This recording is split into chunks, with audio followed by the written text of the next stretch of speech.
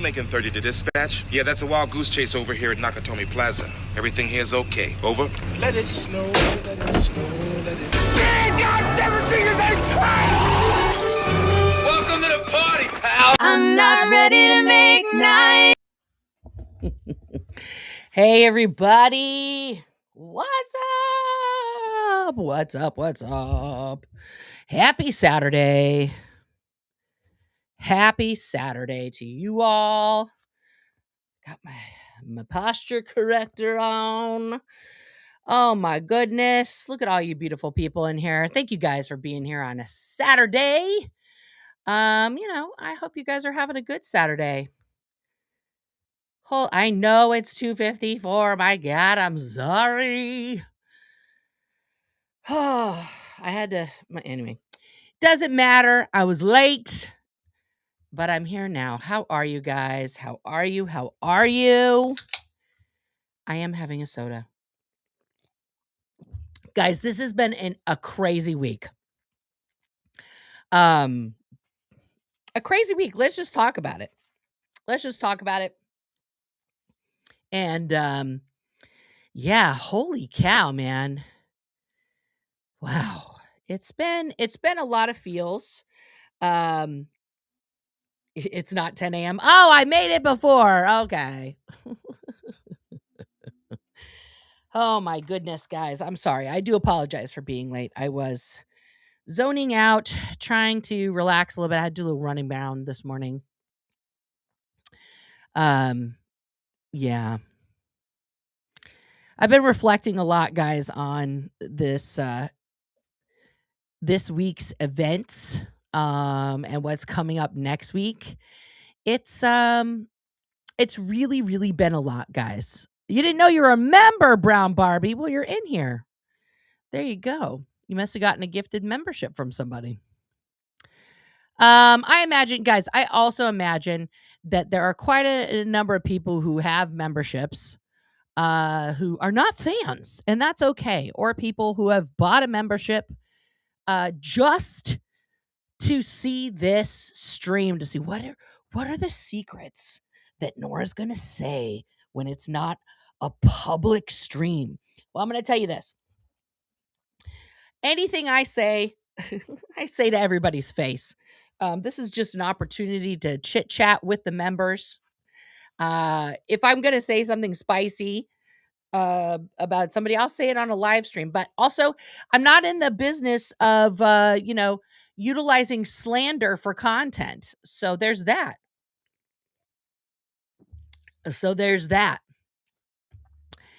And if you're not a fan, it's okay. Welcome in. Welcome to Nora's world.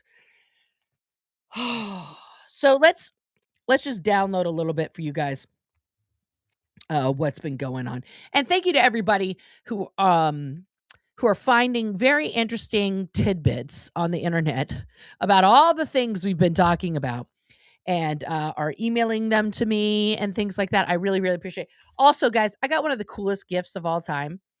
I got a lasso of truth. This is so fucking cool. Thank you. Thank you for sending this to me. This is rad. I feel like I should just put it up here or where. I don't know where to wear it, or maybe I'll put it up there with I'll drape it over the Wonder Woman comic. I'm not sure. You just bought a membership because you think I'm hilarious. Thank you, Barb, for being here, guys. Here's the sitch, and Aaron has now threatened to release an apparent video showing. Yeah, it is Wonder Woman, my favorite. She's right here on my right arm always. He's threatening to release some sort of video evidence that proves that I'm a Scientology operative. There is no such actual video of me doing that. If George Massey has made some sort of AI bullshit, okay.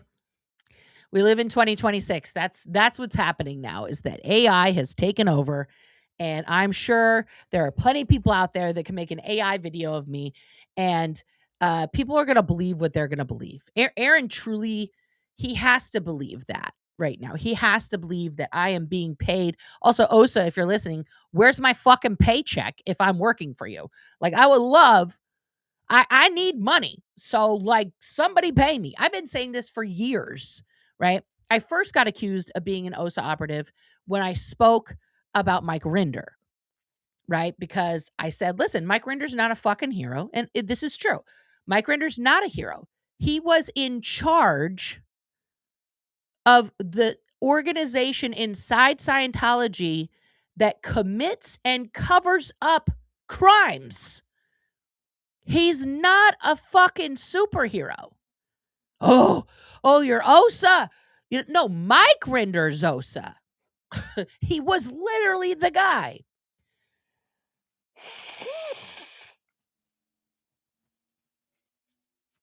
You know, it won't be credible if it's made by George Massey. I know.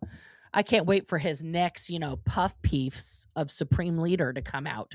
Like, what's my payout amount again? Thank you, Stacy. $500 million cash money, unmarked, non-sequential bills. Thank you. I've been very direct about that. That's not a joke. If Scientology wants me to shut the fuck up for the rest of my life about them and their crimes, that's my fucking, yeah, I am. Yeah. I was making like $20 a week. No, I don't think the pay for plants would be that great. I know, right? They're so fucking cheap, Nicole. Or, the back pay, that would be awesome. Well, thank you for being here, Diary of a Ghost. I'm glad to see all you guys here. This is fun. I want to see is there a way I can make the chat bigger for me so I can see it? I don't know. Anyway, I think if I make this whole thing bigger. Nope, the chat doesn't get bigger. It just makes me bigger on my screen. I'm the biggest I've ever been. Guys, also, can I just ask a question? Why are they so obsessed literally with my body? Like, you guys all have significant others. Like, Eric is apparently with Cheryl. Okay. And, I don't understand that. I don't get it. You unsubbed to Aaron long before the whole battle. Good job, JD. Oh, when you found out that he was MAGA? Yeah. Yeah. I mean, guys, I know that I have some fans and even some members who are members of the, Republican Party, what's left of it, and the MAGA movement. And I just, I do want, look, I can let my hair down today. This is a whatever stream. Here's how I feel about that right now. Literally this morning, guys, at 2:30 in the morning, the Cheeto fascist in chief got up, donned a fucking ball cap because that's presidential, and stood in front of a podium at the White House and said that we were, going to war with Iran. Why? For nothing. This is literally just blind support for Israel. We are attacking a sovereign nation of whom we are not friends with, and we have fucked them over since the 60s and 70s when we installed the Ayatollah. If you guys ever want to blow your fucking mind, go look at pictures of Iran in like 1965. In 1965, it looked like every other town in America. Women were wearing mini skirts and go-go boots and going to college and fucking becoming super wealthy and just doing life. And then what did we do? We, meaning America, installed the fucking Ayatollah, who then suppressed all of Iran, Persia, with Sharia law. And now we have these fucking white bigots like, I don't want no Sharia law in my state. Like, bitch, we did that to an entire country. Okay? And now the MAGA movement, the right-wing Christian evangelical psyop, because guess what? Breaking news, evangelical Christianity is a fucking psyop. Okay, and this whole like women should be submissive and women this and and women can't make decisions about their own body and la la la la la la. It's all a fucking psyop. Just replace every checklist they have in MAGA for women with Sharia law. Put them side by side. It's identical tires. Match. Like it's literally the same motherfucking thing. Okay? Iran has been fucked up and they've been protesting in the streets. They are literally murdering the protesters in the streets there. It is fucking wild.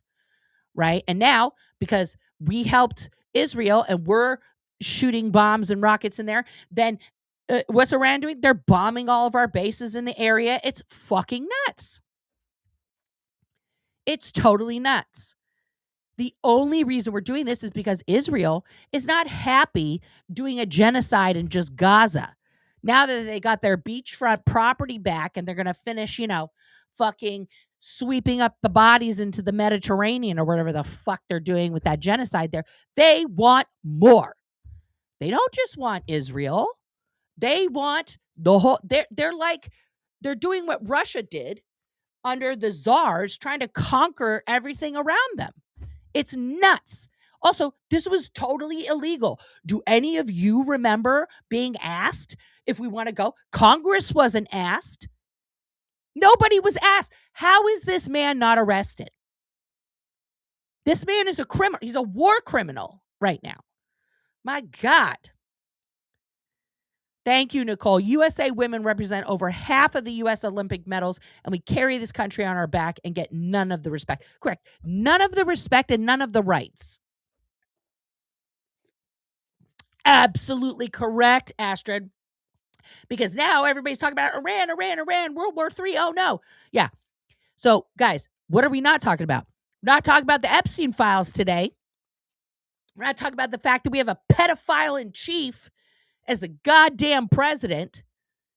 The whole world would rather literally start shooting and bombing each other than get rid of leaders and people in power that are fucking sex criminals and cannibals. Okay? Like that is what we have. I know nobody asked about Venezuela. How is Marco Rubio going to run Iran and Venezuela at the same time? How's that going to go? Are we just going to, who are we dropping off in Iran to run that shit? Are we dropping off Tulsi?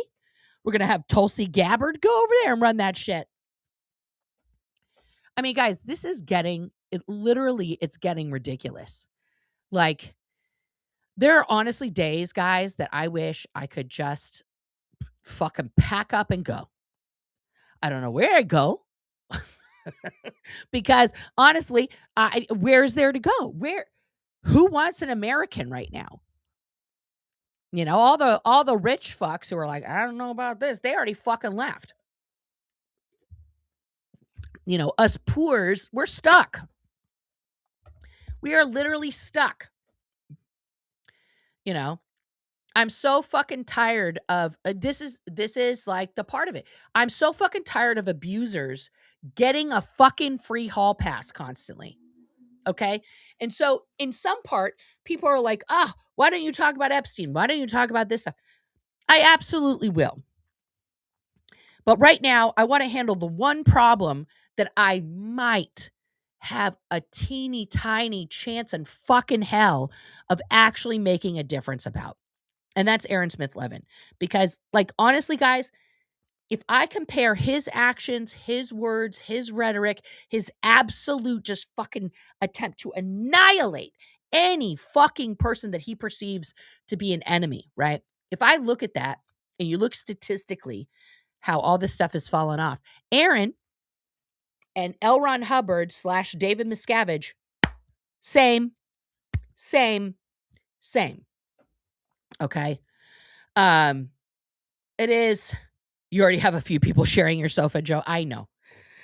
It is literally like Aaron is running his own miniature cult right now. And what's scary about that is, guys, I'm clipping this together right now, but I'll bring it up for you. Last night, he did not debut the, fucking bullshit thing about me. Oh, I don't know why I did that. I don't need that. But he did answer a question on his live stream that I'm gonna make it into a short. I still have to make that the Maryland part into a short. But last night, I honestly I couldn't believe this was real when it happened. Um, but it was real. Somebody asked him, let's go back to last night. And then he had like he went like totally psycho on this guy at the end. Jesus, like literally nuts. Let me find it here. Was it at the 39-minute? It's after he sets up.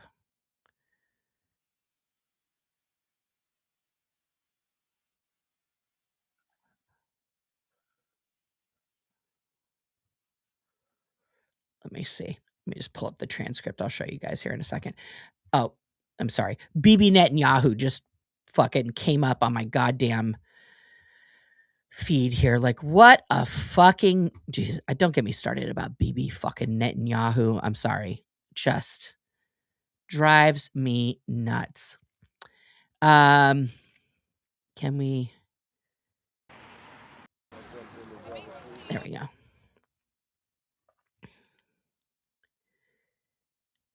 Ba, ba, ba, ba. Okay, it's right after the whole George Massey thing.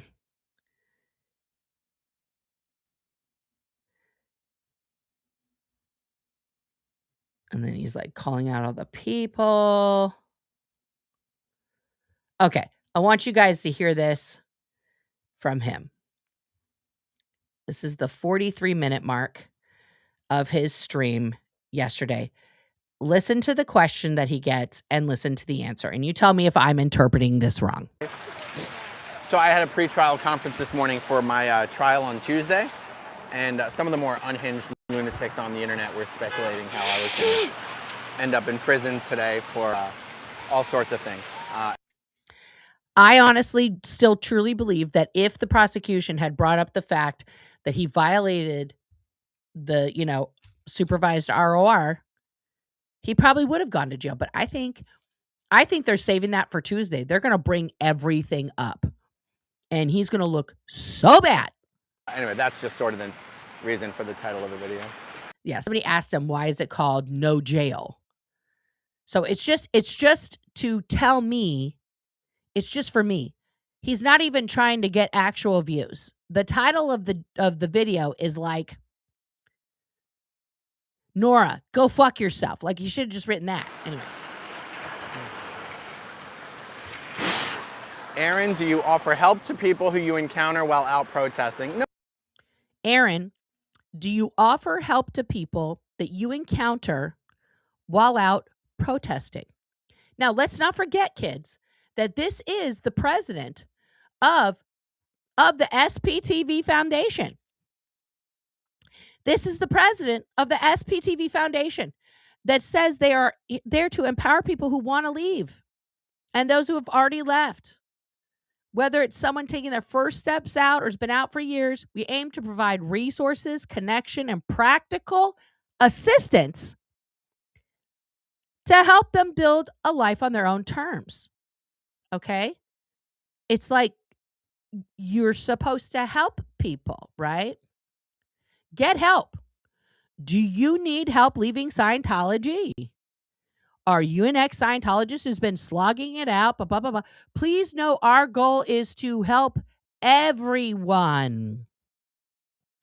Everyone. If there isn't enough to go around, we will prioritize someone who is homeless over someone who has a little more support in their lives.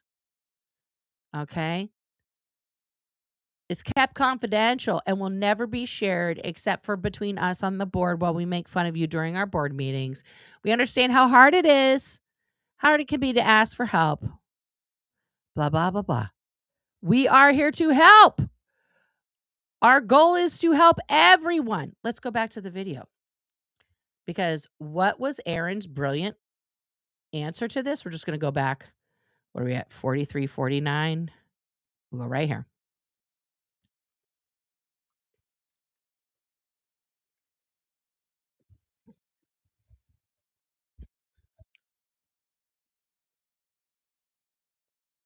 No, not really. No, not really.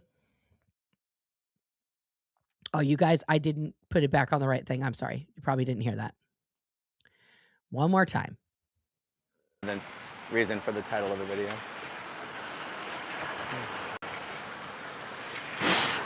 Aaron, do you offer help to people who you encounter while out protesting? No, not really. No, not really. No, not really. No, not really. Protesting is Oh, he had to say it twice. protesting. Helping people leave Scientology is helping people leave Scientology. Protesting is protesting, and helping people leave Scientology is helping people leave Scientology. Can you guys see it and hear it now? You can't see it. I'm going to stop sharing it and then I'll bring it back up. God damn it. I'm just kidding. It's all good in the neighborhood. Okay, I'll rewind one more time.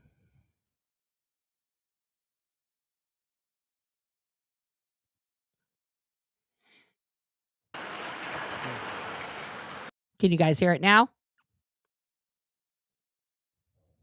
Anyone? You hear that? That's him doing a whole fucking farmer's he just went and blew his snot onto the sidewalk in front of everyone. Aaron, do you offer help to people who you encounter while out protesting? No, not really. No, not really. No, not really. No, not really. Protesting is protesting. Helping people leave Scientology is helping people leave Scientology. Protesting and protesting. Protesting is protesting, and helping people leave Scientology is helping people leave Scientology. But what is the purpose of the protest then? For what purpose are you out there every week with your pizza donut party, pizza donut party, pizza donut party? What is the purpose? What is the fucking purpose? This is all a narcissistic fucking energy suck for him. He stands on a corner, people honk and they wave and they're like, oh my God, are you the guy from the YouTube? Hey, guys, it's the guy from the YouTube. Oh my God. Oh my God, you came here from Tennessee to come see me? Wow. They're not really the same thing. They're not really the same thing. Guys, they're not really the same thing. And people who act like the only right way to protest is to help people leave Scientology are just projecting their own insecurities and incompetence onto others. Oh, that's going to be a short right there. And then I need to clip together all the pizza, yes. Oh, donuts. Who brought the Taco Bell? Because that's all he cares about. It's not about helping anybody. Because if we calculate it out, guys, okay, let's just say in a year, Aaron went out every week for 2 hours every week to protest. Okay, that's 2 times 52, which is 104 hours per year that he spends protesting. Now, Jenna claimed, and he claimed on his original 990, that he was spending 25 hours a week working on charity stuff. So that means Aaron is working a total minus, and let's give him, I don't know. So 25 hours, I got to get my calculator out. Okay. So let's do this. So we have 104 total so far. That's just the protest hours. Okay. 25 times 52. That means 1,300 hours a year. Okay. So we got that plus the 104. Somebody keep track of these numbers for me. And then let's say he does another 5 hours a week of video. Okay. So 5 times 52, that's 260 plus the 1,300 plus the 140. That's a total of 1,700 hours. 1,700 hours that Aaron Smith-Levin this is how much he's working. Okay. How many hours are in a year? Okay, so there are 8,765, almost 66 hours in a year. Yeah. Well, let's see. Most people are up. We're all not working 24 hours a day, so let's be fair. Most people wake around 6 a.m. and they go to bed around 10:30. So 12, 13, 14, 15, 16 and a half hours. Okay. So 16.5 times, 5, because we're just going to do 5 days a week, times 52. Okay, so that's 4,290 like waking hours that are potentially to be worked. Okay. Minus 1,700. So that's the amount of hours that Aaron is not doing stuff in. Now, I'm not saying he has to have like a Sea Org schedule and he has to do all these things. That's only 5 days a week. That's giving you a whole weekend off. But 1,700 hours while you're claiming to be just like the hardest working person out there, Whereas we see, and I'm going to contrast with somebody who's doing work, okay, like Audit, who is literally at every fucking city council meeting in Los Angeles pretty much every day of the week for hours, talking to Congress, council people, police officers, the police commissioners, their secretaries, like fucking getting herself ingrained in the life of all these people so that she is more recognizable and notable than, fucking Janet is from Scientology. Right? So what's insane is that, like, this guy starts a charity that claims it wants to help people. He testified in open court that they had helped 50 people since they started in January of 2024. Now, I know who 2 of those people are because it's me and my mom. So I don't know who the other 48 people are. I guess the other one that I would personally know of would be Liz Ferris. So that still leaves 47 people. I have no idea who they helped. Who are these other 47 people?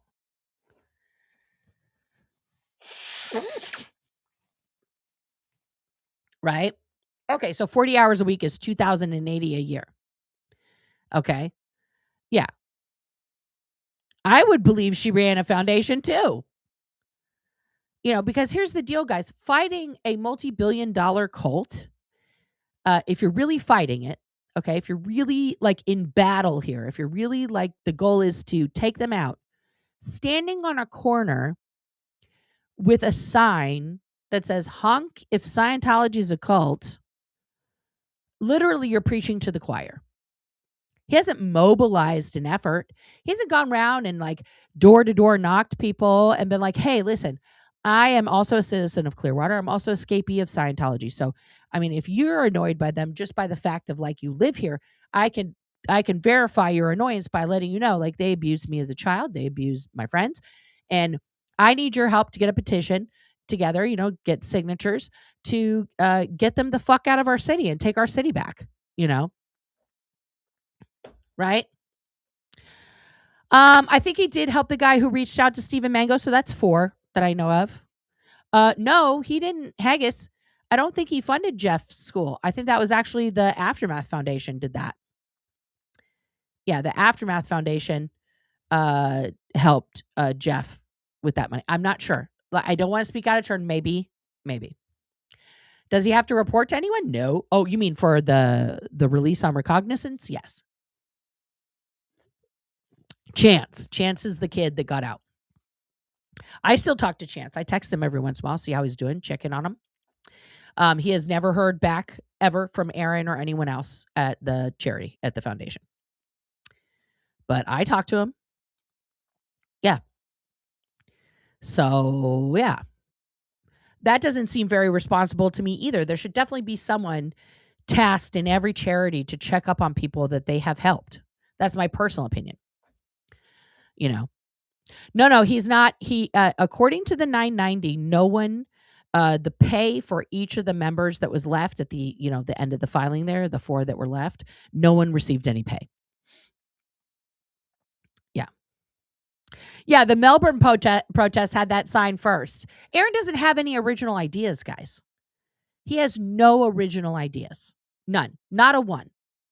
Not a one. 0% originality comes from that guy. He is the Coca-Cola to RC Cola. RC Cola was first.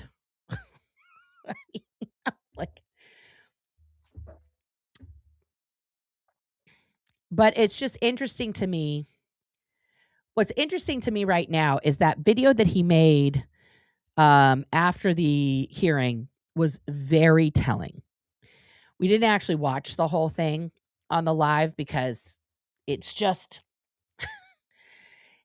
a lot. But I want to show you guys, like we talked about the first part, but the second half of that video is actually really, really telling. Slip in, because you can see him flip back and forth, trying to justify how all of these things don't matter, how every single one of these points doesn't matter. Easy right? It would be to even accidentally or inadvertently This is the other short that's coming, because this is how sociopathic this man is.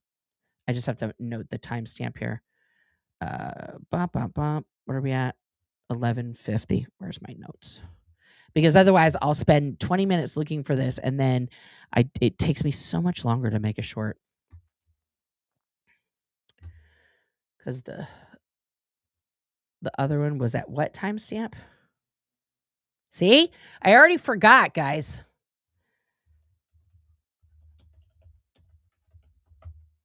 Um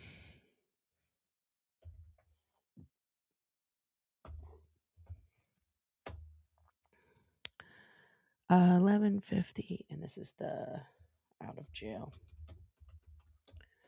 protest. I have to flip back to the other one just to see where that timestamp is at, because hopefully it loads to others. Okay, 40. Right, it was 43. Okay. Like I don't understand, like, these people, like, what do they think they're doing when they're standing on the corner with him slip in, doing that stuff. Okay, so you have to hear this whole statement, because this is also wild. I'm still going to possibly approve his request for travel. That's how I interpreted it. I don't know. I read a lot into things sometimes. Okay. Oh, that's right. So because it would be so easy for me to slip in, I'm a child trafficking victim of Scientology. I was physically abused in Scientology, et cetera, et cetera, et cetera. I can see her being like, no. I need a little extra little something, up my sleeve or in my pocket to try to make sure Aaron follows my rules, because it would be so easy to accidentally not follow my rules. I need him to have an extra reason to be really, really careful. Guys, those rules in that in limine motion, does anyone in here like think that those rules are not clear? That they are somehow mysterious? Like, who would need extra motivation to not accidentally? Did you guys see his face when he says that? It's like he already had planned to disobey it. The second he saw all those things, he was already like, well, if it happens on accident. Just watch his face. Physically abused in Scientology, et cetera, et cetera, et cetera. I can see her being like, no.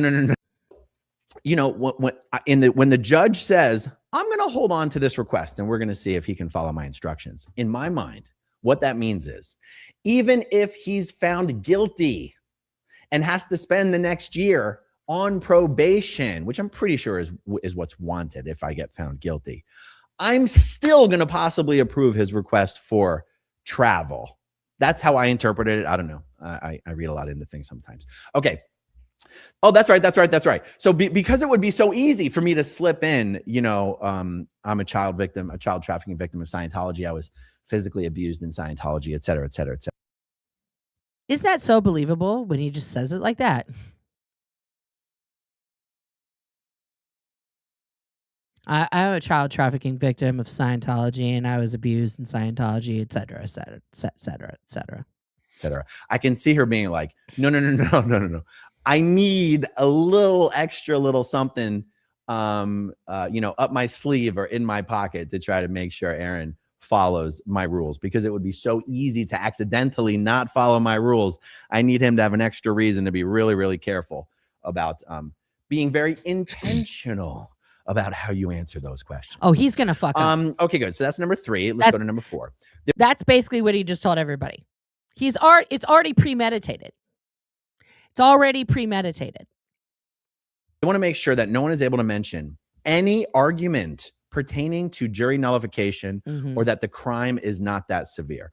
Okay, actually 4, 5, and 6, everyone in the courtroom agreed was. So he doesn't want you to read 5. Perfectly boilerplate. Right. Didn't even really. It's boilerplate. This is just boilerplate. It's not really specifically tailored to me at all. Just simply boilerplate. I'm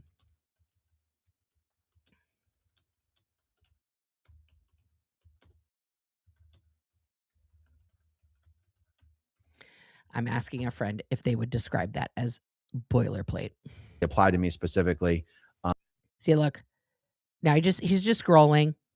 This is my lawyer said 4, 5, and 6 are totally boilerplate. There's nothing to discuss, right? They're just going to let him slide. So no mentioning any potential consequences as a result of a guilty conviction. So you can't be like, it was only this, it was only that. 5, any mention of potential consequences as a result of a guilty conviction. That's right. You can't be telling the jury, if you find him guilty, he might go to jail. Or if you find him guilty, you can't do that to a jury, generally speaking. And he mentioned that the defendant has already served time in jail on this charge. Like, that means that when Aaron's standing up there, he can't be like, I've already done 22 days. 22 days. 6, they don't want to make any mention of the fact that the defendant has already served time in jail. That's pretty standard. You can't be like, well, he already served jail time, because then they're be like, well, if he already served jail time, then who cares if we find him guilty or not, right? Okay.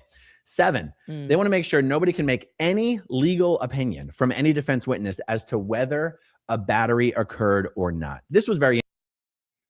So how many moments during the actual stream were they totally fucking mocking that it wasn't a battery, you didn't touch him, the chalk was in the air, respiratory distress, like it must have been at least 20 minutes of the fucking stream.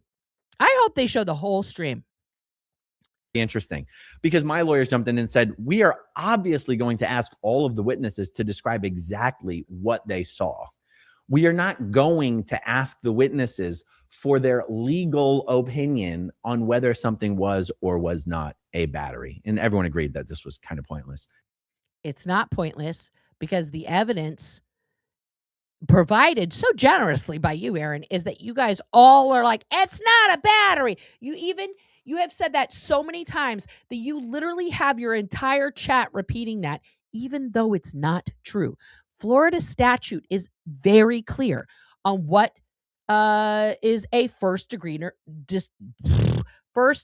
misdemeanor in Florida. Okay. What is a first degree misdemeanor in Florida? Okay. Is the most serious class of misdemeanor, punishable by up to 1 year in county jail, 1 year of probation, and $1,000 in fines. These offenses are typically heard in county court and often involve violence, significant property damage, or higher risk offenses like DUI. Okay. Common examples. Simple battery. Let's go there. Okay. And crime in Florida. Every statute defines this differently. In Florida, simple battery is a first-degree misdemeanor, defined as intentionally touching or striking another person against their will or intentionally causing bodily harm, punishable by up to we already did that. Okay. The offense covers acts like pushing, slapping, or throwing objects. The core elements are actually and intentionally touching or striking another person and doing so against their will.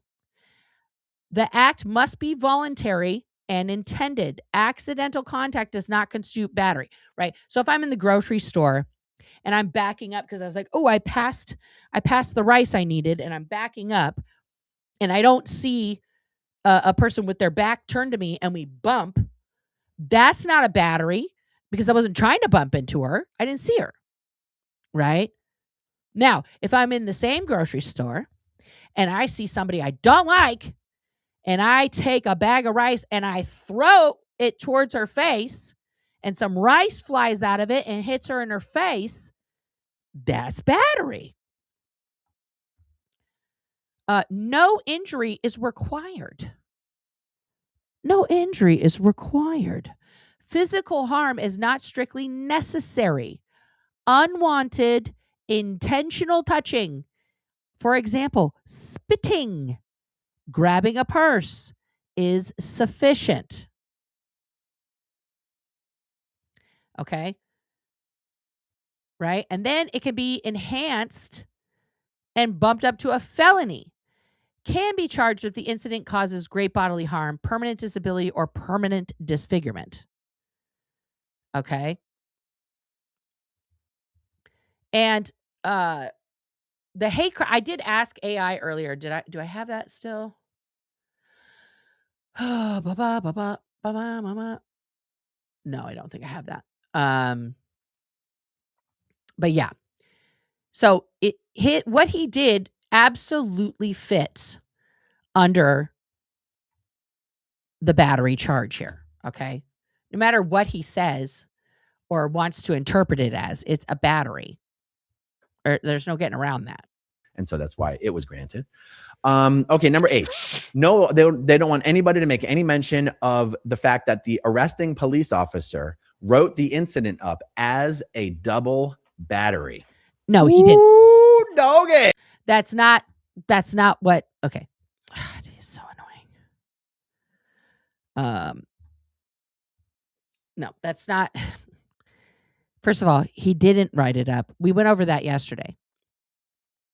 The moment he's finished talking to Aaron about writing it up, the other officer like fucking comes over and is like, they want to press charges. Right. Then I want to press charges about the water. So we're at number 8. Okay, so let me. Oh, I always get scared clicking that one.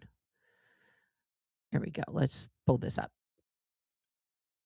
I mean, he's gonna read it, but it's just so it's any mention of the officer writing the incident up as a double battery. The state moves to exclude any testimony from the defendant or any defense witnesses that the investigating officer on scene mentioned to the defendant that he would be writing up the incident as a double battery. Such testimony is hearsay and inadmissible. Now, we do have it on tape, so it's not really hearsay.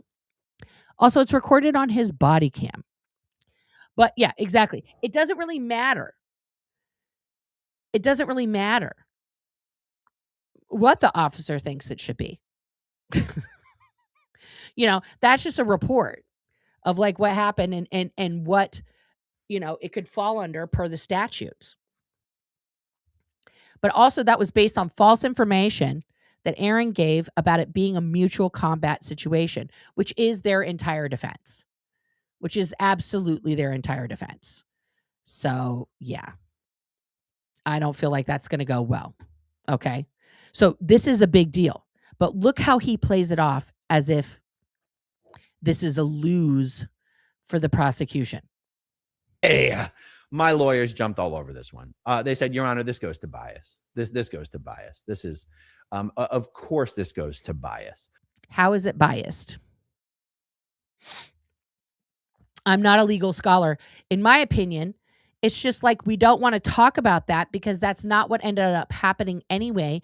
And it doesn't matter because the police don't have to tell you the truth. Right?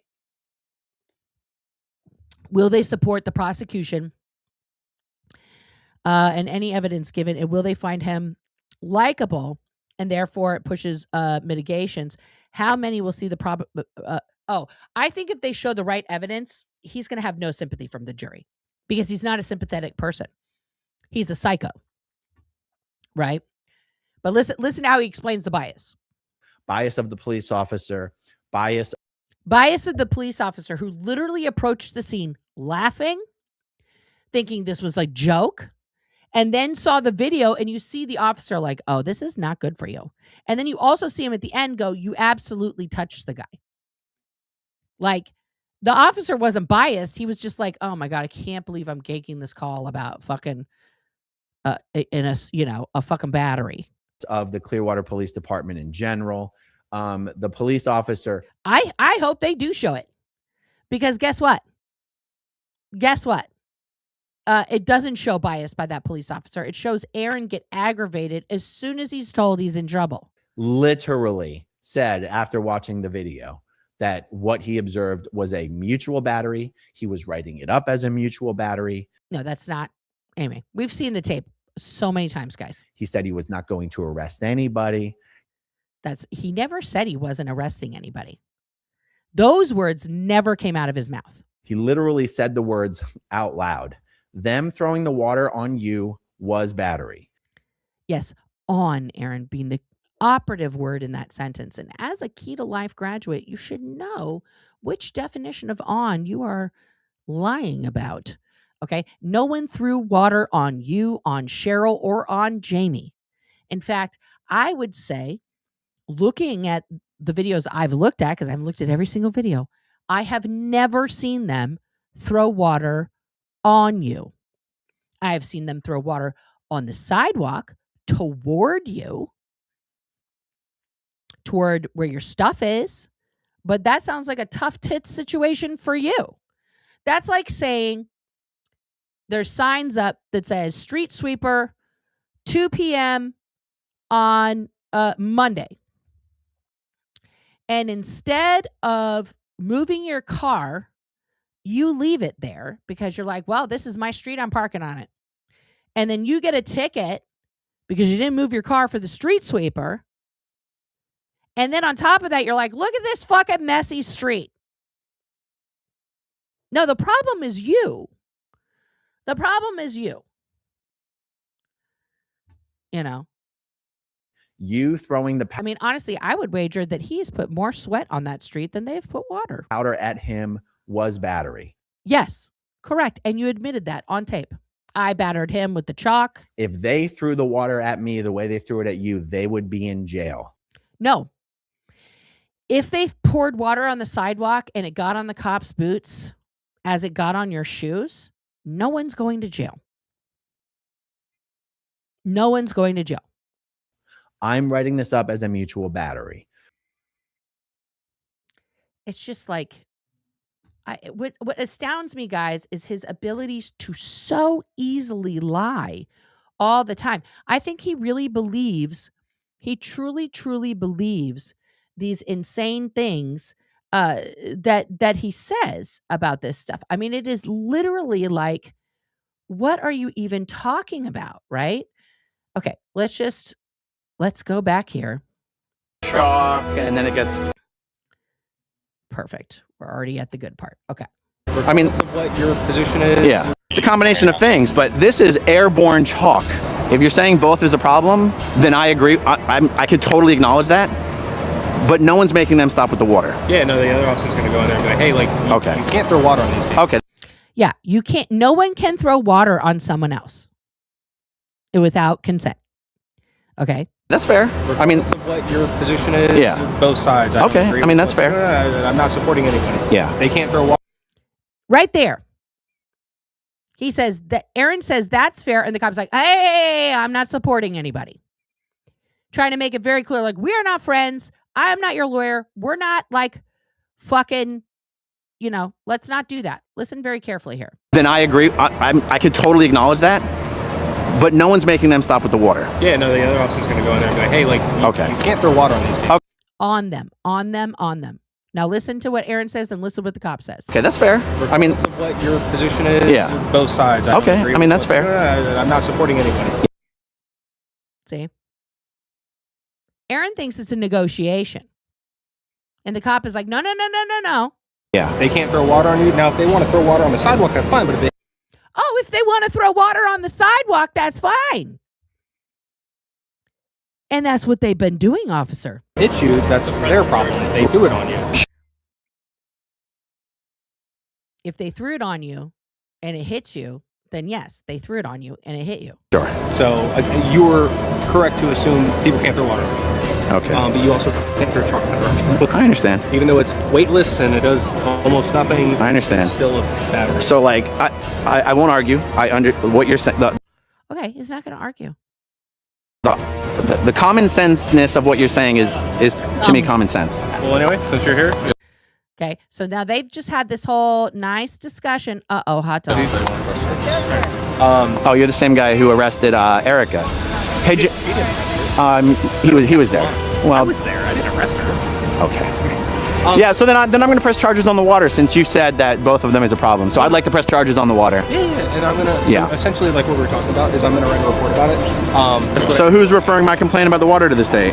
no, that's gonna be in the same report. Okay, Essentially, I'm gonna write it up like a mutual thing. I got it. Okay, works for me. So it'll both be in there. So he didn't say what kind of a mutual thing. It's a mutual thing. There's no such statute that's like, you know what this was? This call was a mutual thing. This call was a mutual thing. A mutual what, officer? Right? It's not mutual combat. So they're not both in the wrong. Nobody's pressing charges, etc. Scientology already said we're pressing charges. Hey, even Steven, I'll take it. A complaint against me, a complaint against the SEERG member. It's being written up as a mutual battery. No, he didn't say that. He said a mutual thing, Aaron. You put battery in there. Him battering me with water and me battering him with chalk and me battering him with chalk. And Aaron was totally fine with that report. As long as John Gaffney was also guilty of something. He admits it, that he battered him with chalk. And then it gets referred to the state, I guess. I mean, you want to take any wagers on whether any prosecutor or judge or however it works is going to take up a case of water and chalk? This one. Because guess who didn't get charged with battery? Scientology. Because once again, the police who investigate the claims saw the body cam and CCTV footage and were like, I don't see you throwing water on him. And they're like, we didn't. We poured it on the sidewalk, not onto his person. Except for when he kicked his foot out that one time into an already, stream of water coming out of a bucket. Okay, today's the last day to buy the mod merch, by the way, guys. Get in there and get it. When did I? My boobs collect stuff. Yeah. I mean, it's like so ridiculous. It's just when things happen, this is why the truth is important, guys. This is why I harp on the truth. This is why I keep all these videos. What is said and done in reality is important. It's important. Okay, let's get back to this guy. My lawyer argued the fact that he then did the exact opposite He never stated that he was writing it up as a mutual battery. We just saw the tape. He said a mutual kind of thing. Is that a statute? Did the word battery come out of his mouth? No. Again, Aaron's lawyers, maybe review the tape. Maybe actually review what was fucking said. Of what he said he was going to do speaks to bias. Also, it doesn't matter. Cops don't have to tell anyone the truth. And if they put the police officer on the stand, we have every right to cross-examine the officer about potential bias. And okay. I would love to see those questions after watching the tape. I would just literally, I'll send them a transcript. I'll send them without all my little goofy things all over it. Yeah. the judge said something amazing. She said, I love his impression of the judge now, where he's like so pro this judge, because the last transcript was all about all the shit that he said about her in jail, all the shit his friends had said about her in jail. And now he's like, she's fantastic. He's trying to make her out to be something. She's absolutely not this. do not know why prosecutors insist on putting police officers on the stand. I cannot wait to get these transcripts. I literally cannot wait to get these transcripts, because I know this is not what she said. For battery cases, but they do it all the time anyway. And I thought that's interesting, because you're talking to a police officer who was not present and did not witness the battery that they are writing a police report about. So what is the point of... Except you showed him your fucking live stream, which is a video recording of the battery.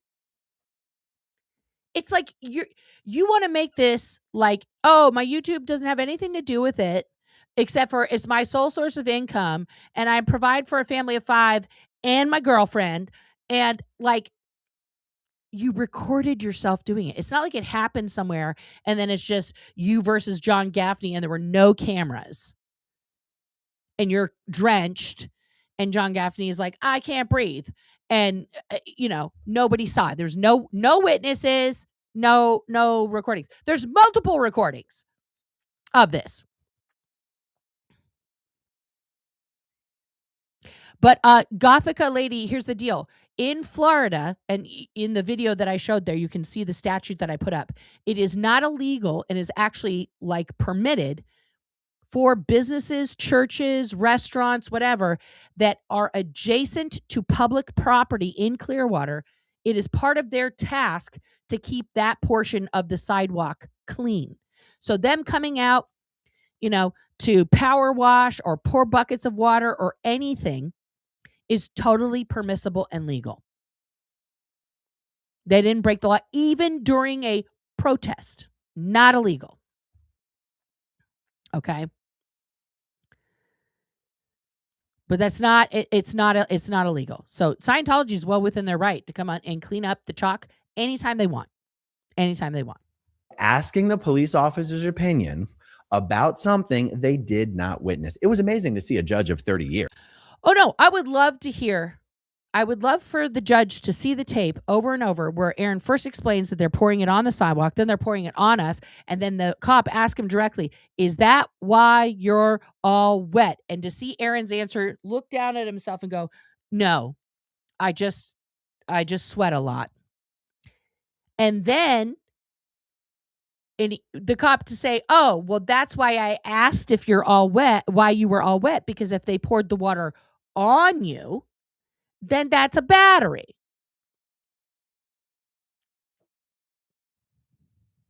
Oh, no, Aaron is not talking about Mateo being a witness at all, Christine, at all. He doesn't want people to think about that video. Be like, it's totally stupid. It's a waste of time, but prosecutors insist on doing it, probably because to some jurors, police officers represent authority, and, the police officer is supposed to do their own little... You're lucky that that is in there. I don't know why the DA did that. investigation of sorts. And I guess prosecutors think jurors are going to Does anybody ever see the fucking 30 Rock? The Roger. Somehow put some extra weight into the opinion or the conclusion of a law enforcement officer, but that cuts both ways. A lot of people don't trust cops. A lot of people have. But Aaron isn't on the public side in the video. We went over that yesterday too, right? Because the key piece of evidence that he made sure that got in there, right? Let's finish this up and then I'll show you cops that. understand so silly. how fallible their work is, how inaccurate their reports are, how imperfect their memories are, That's what and how wrong they are. So I would not be surprised personally if the state attorney chose not to put the arresting officer on the stand. I mean, we'll see. This chat is wild, guys. His chat is so fucking ignorant of like the law, or even to like Google search it or anything. This one, the judge literally said, I'm going to withhold ruling on this one for right now. I'm going to give this one a little bit more thought.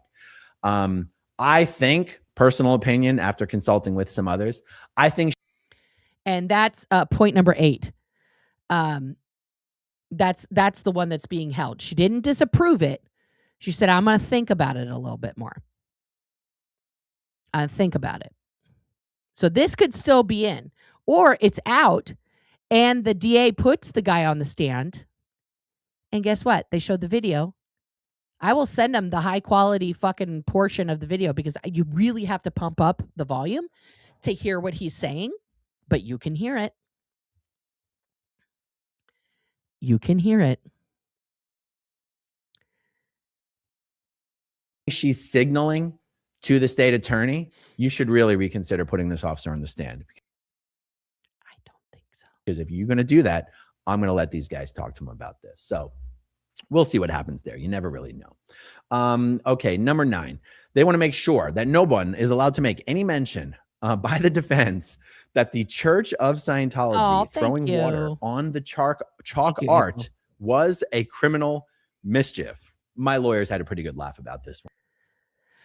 Yeah, the lawyers are they're just fucking cracking up, because you have said that since the moment the incident happened, and for months, whipping this up and having your chat repeat it like a fucking hypnotic Scientological command. This is what I'm saying when I say that Aaron is like L. Ron Hubbard, right? So there's a technique, a repetitive, like self-hypnosis technique that you are taught very early on in your Scientology indoctrination, and that is what's called the patter drill, okay? And this is where you put one of the writings of L. Ron Hubbard up, and you stick it on the wall in front of you, okay? Now, first you have to confront it. You just stare at it for hours and hours and hours and hours and hours and hours, right? Then you have to learn whatever it is about that particular reference that you're supposed to like keep in your brain forever, like keeping Scientology working, the 10 points of keeping Scientology working, right? And so you're supposed to, it's not just a memorization. It is like, so that at any moment, if something arises in your life, you will immediately be like, oh, that's out point number 5 of KSW, like that, like, because it's programmed into you. Those thoughts are not your own. Those are hypnotic commands. So he does the same thing with his group, with his chat, right? He's, it's criminal mischief, the unhinged lunatics, what was he saying before that? Grifter, all of this, fucking stuff, right? And it's just, they're laughing because what's ridiculous is that the state's attorney had to put that in there because Aaron has so indoctrinated his defense witnesses and his audience to believe that that's like fucking real shit. It's not. So they're like, well, we better put that in there so that Aaron doesn't try to throw that in, because words like that sound real bad, And to a jury that's not filled with lawyers, they'd be like, oh, they're doing criminal mischief. Maybe it's a same, and it's not. That would bias the jury. They're like, we Look at his were face. not ever calling that criminal mischief. Mhm. This is mutual battery. This is basically mutual battery, mutual combat. And the judge said, I'm going to rule in their favor on this one, but I'm going to clarify what I mean. You guys are absolutely allowed to talk about the chalk. You're absolutely allowed to talk about them dumping water on the chalk and on you guys. You're allowed to talk about the chalk, where the chalk was, where the chalk wasn't, the Sea Org members coming up to you, blah, blah, blah. You just can't call it criminal mischief. And my lawyers were like, yeah, we weren't going to. No, but you were, Aaron. You were those words were absolutely coming out of your mouth. And then the state attorney was like, Your Honor, the only reason I put this in there is because in the live video of the incident itself, there were many instances of the defendant and or the other protesters that were there, the witnesses, referring to Scientology pouring water on the chalk while they were out there as criminal mischief. And because that was the whole point of the experiment. Remember, Aaron thought he was doing a gotcha. He was catching him in real time. If you really believe that, though, guys, if the experiment was to see if they would come out while he's protesting to pour water on the chalk, and his thoughts on that were, that's criminal mischief.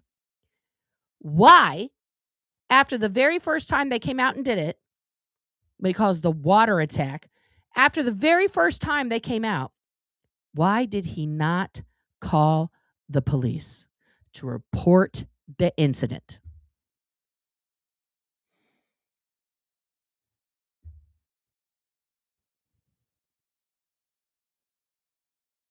If that was the point of the experiment proven, call the police and then get your ass handed to you on your stream.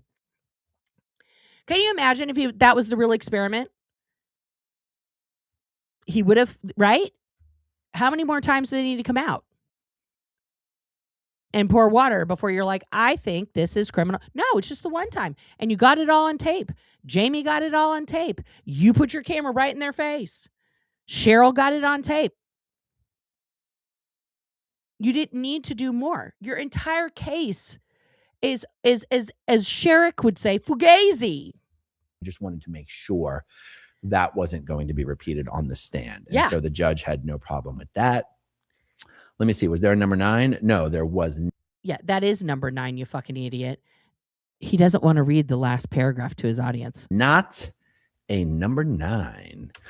He did not read the last paragraph to his audience. I'll read it again to you guys because it's kind of important.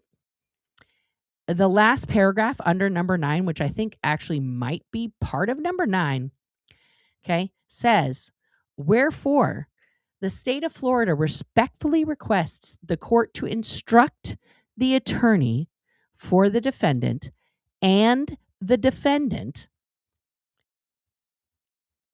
not to mention or refer or interrogate concerning or attempt to convey to the jury in any manner, either direct or indirect, any of the above mentioned facts, 1 through 9, without first obtaining permission of the court outside of the presence and hearing of the jury, and to further instruct the defendant for the attorney not to make any references to the fact that this motion has been filed and granted.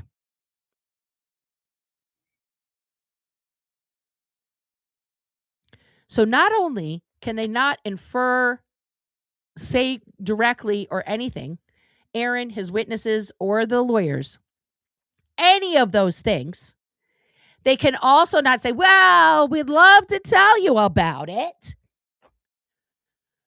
but there's a motion in limine that it's so unfair. We can't, our whole case is gone. We can't tell you. we can't tell you because the big bad state's attorney filed a motion that says we can't tell you. But we could tell you, but we can't. Yeah. He is literally, he's probably going to every restaurant that's over 500 feet away this weekend and just shouting loudly about this so that anybody who gets called in on Monday or Tuesday rather is already going to be like, what? Look what I can do.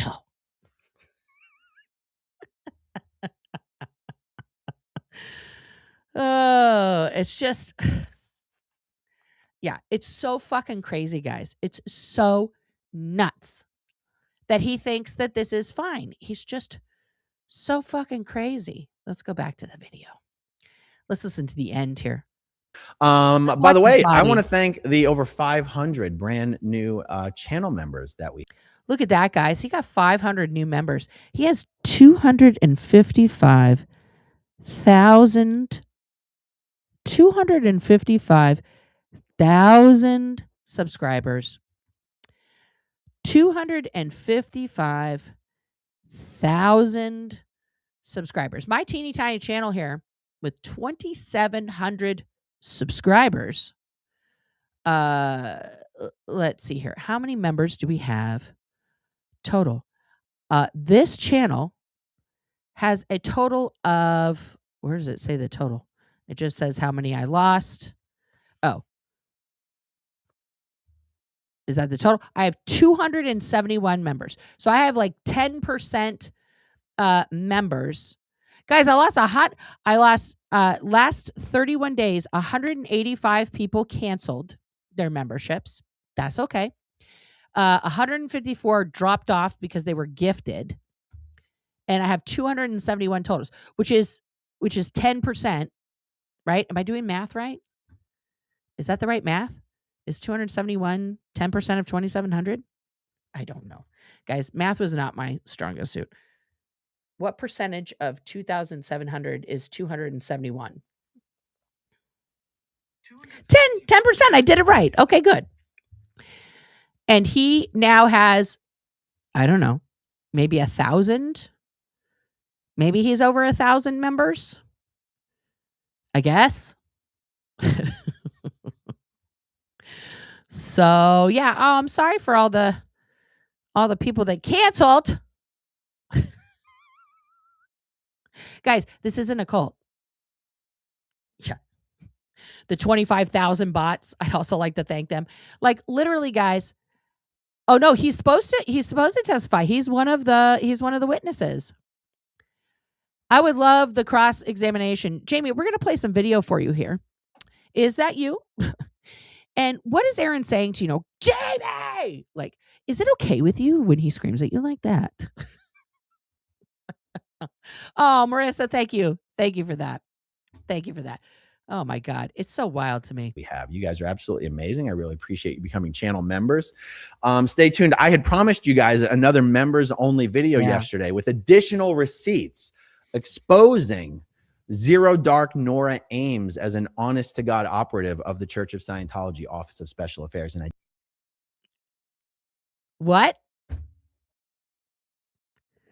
did not get you that video yesterday. Because unfortunately, I've got to be downtown for the protest in about an hour. Yeah. So I may not get it to you tonight as well. But please stay tuned tomorrow. And if you want. Yeah, guys, let's keep holding our breath all day today because, you know, nothing gets you more members like a teaser. Guys, we're going to see a video about Nora.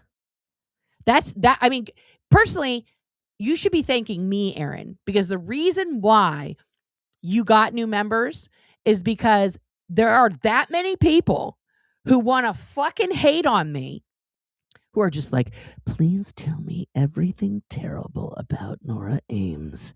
I hate her so much. She is a bitch and she's fat.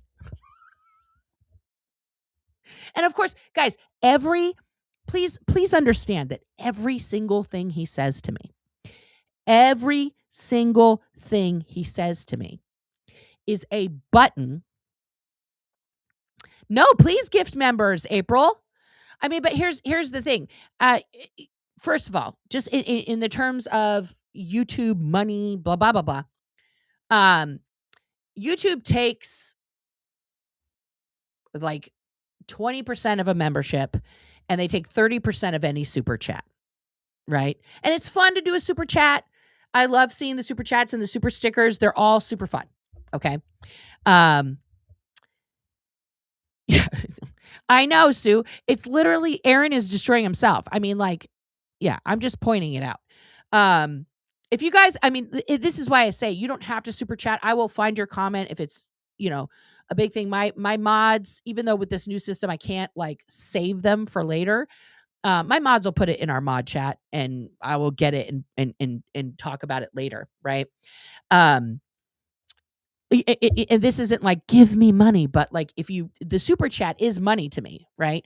So if you want to gift that, I have Venmo and Cash App. You could just do that, or if you want to gift memberships because you want people to be a member and then they can come into these fun convos,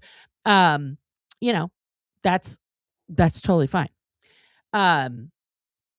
But yeah, it's just Google's complicated. They change, and this is just like whatever inside baseball shit for being a creator. They changed the way the whole algorithm works, right? They were heavily rewarding like views. So the more views you got, the more pay you got, right? Because they were like, okay, well, you're popular, we're going to give you more money. Then they realized that YouTube is so full of bots right now. It's just so fucking, people are just paying some, rando in the Philippines with 85 phones taped to a wall to like click on their stuff and like it. I mean, there's people that just do that. They literally have like 50 devices, right?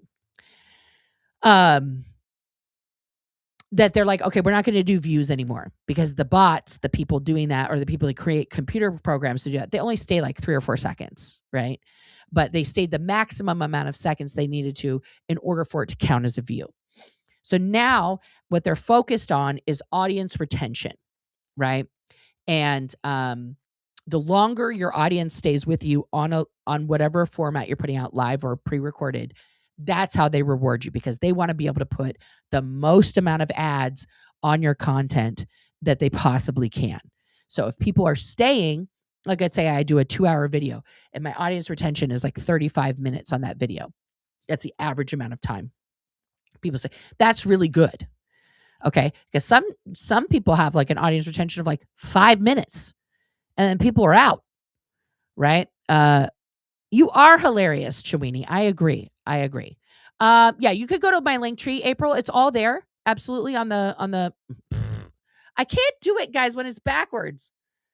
I'm gonna get it. No. Ooh.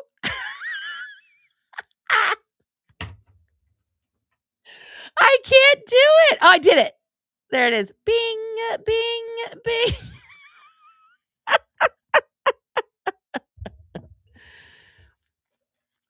They have 65 subs. Okay. No. The members don't pay the additional 30%. What ends up happening is that, like, okay, so let's say your first tier is $10, just for easy math. So YouTube takes 20% of that. So they're taking 2 out of every 10. They pay you 8. Okay. And then it's the same thing for every super chat. So if you super chat me, $100 because you're like, oh, Nora, you're so funny or whatever, they're taking $30 of that and they give me 70, right? And as a YouTube creator, we know that's the deal, right? For them allowing you to send us money via their platform, their fucking processing fee for that is 30%. It's outrageous. It's higher than any credit card, So, I promise you, he's not going to put the videos about me on his super highest tier because he wants more people to see it. He wants more people to see it for sure. And then, oh yeah, well, when YouTube pays us, there are some taxes taken out of it. right? And we only get paid once a month as a YouTube creator. Every 21st, we get paid. And then, okay, for example, this month, the 21st was what day of the week, kids? It was last Saturday. So did I get my direct deposit on Saturday? No, I didn't. Was YouTube like, oh, hey, that's a Saturday, we should put it in there early on Friday? No. It came Monday. And not even like Monday at midnight. It came Monday at like 2 p.m. When you get that one check a month and you're counting on that for like bills and stuff, that really fucking sucks. Because I don't know about you guys, I got bills. And there's a certain budget that we have up until that time. You know, it's all budgeting. It's like, yeah. And so when I go to do my taxes, I also have expenses for this because I'm not an idiot. I'm not a sole proprietor. I have a business. And so all of my expenses for everything run through the business, and then that balances out with what I got paid and all of that fun stuff. You don't have to guys, you don't have to ever, if you send me money on Venmo, PayPal, Cash App, I get an email. You don't have to super chat me to tell me that. And I'm not saying I don't. I appreciate everything. I appreciate you guys just listening and just being here and supporting me. I even appreciate the people that are like, you're stupid. You know why? Because that's engagement and it fucking boosts the algorithm. Yeah, you really do have to be able to budget well when you get paid once a month, guys.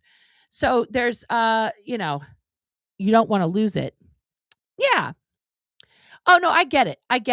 I don't, and here's the deal, guys. I turned on memberships and I thought I was going to do this a lot more regularly. Like Reese is the queen of that, right? She's like private for like whatever membership level you get, like a private Zoom one-on-one for that group of people. And then she'll do like a special meetup and stuff. And I just get like, I don't know. I feel like I put everything out already. So yeah, I need deductions. Yes. I need to be better at that. I need to do more members only stuff, where we can sit and talk, and maybe we'll do one where, I can, if you guys want to come up and talk for, oh shit, Jesus, God damn it. Where does the time go? For a bit, we can do that too. Oh guys, my sourdough starter died because I didn't feed her. We were gone, and it's okay. I'll start over. I will start over. Not one-on-one, a group Zoom call. Okay. Yeah, teachers get paid once a month, and then they don't even get paid in summer. Yeah, come on. It's awful. It's awful. But yeah, so Aaron's getting gifted memberships. It's all good. Listen, if people want to go watch him, I don't have a problem with that. 17-hour Zooms, that's okay. I can't, guys, I love you. I don't know how she did that. I would fall asleep. I'd have to take so many bathroom breaks. She is a marketing genius. And she's reading the chat, talking to you guys the whole time. I was like, how do you do that? Because she said, we had a conversation once, and she was like, I can't do what you do. I was like, what do you mean? She's like, you're so funny. And like, you're just so engaging, and you're going over all this stuff. Like, I can't do that. And I was like, Reese, I can't do what you do. Like I can't fucking talk to the chat the whole time. My ADHD is all over the place. I can't. What did you say here, Journey Hun? That's why you asked for subbed. I'm not getting paid for streaming. I'm trying to get better at it. Yeah. Listen, Journey, your stuff is so fucking important and phenomenal. Thank you for being here, by the way, in this members only chat. The amount of research and time you've put in is amazing. And the thing about streaming is it's the one thing that YouTube wants, what the algorithm wants right now, is they want consistency. They want, to see that you are putting something out every day, and that it's consistently similar, right? So I'm a long format content creator. I don't do like 20-minute segments and things like that. And I don't do enough shorts. But Journey, if you do um, put out content and you want to talk about like a lot of stuff, break it up, record it all, record the whole How's Gaza, and then break it up into like 3 episodes and put them out at the same time, every day.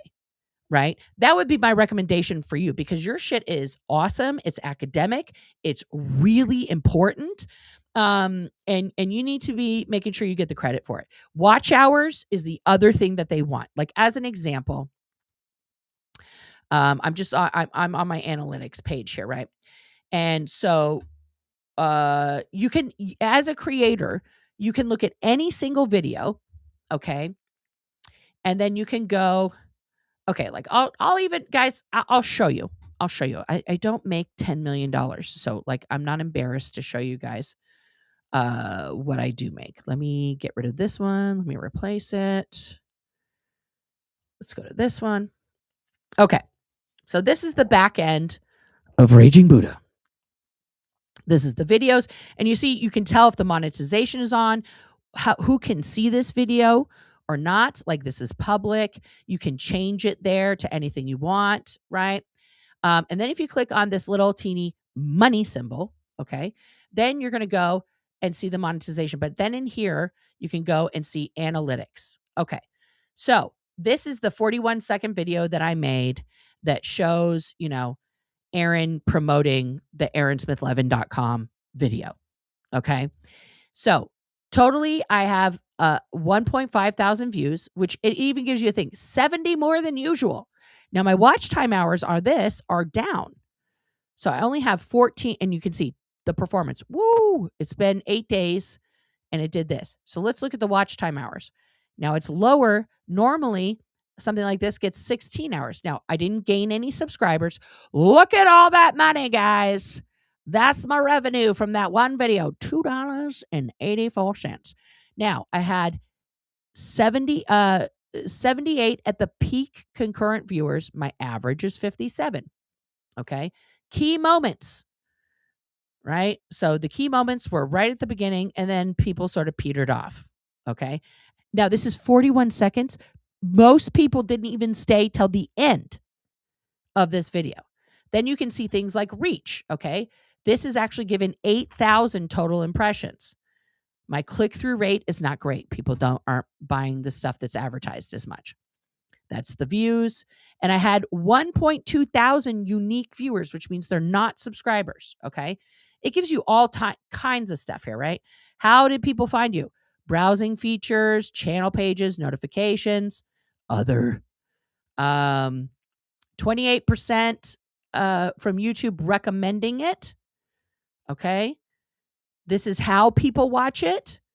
Android, Google, WhatsApp. This is the notification. How did they search for me? Right? You can see all of the total search. Raging Buddha. Okay, Scientology. They give you, it's like if you want to get really geeky on this stuff, you absolutely, okay, now it's not letting me go back. It broke. I don't want advanced mode. I want regular. You just click that. Okay.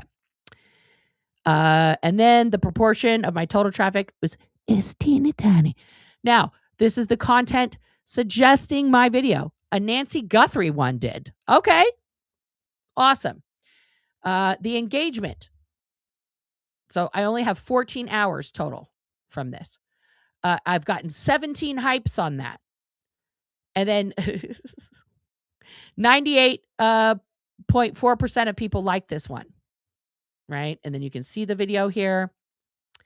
And then you can watch real time the engagement. Right?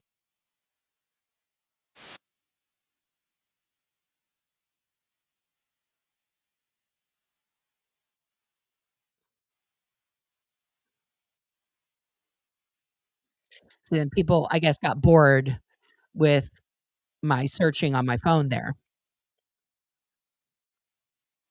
We're like, oh my God, look at all that stuff.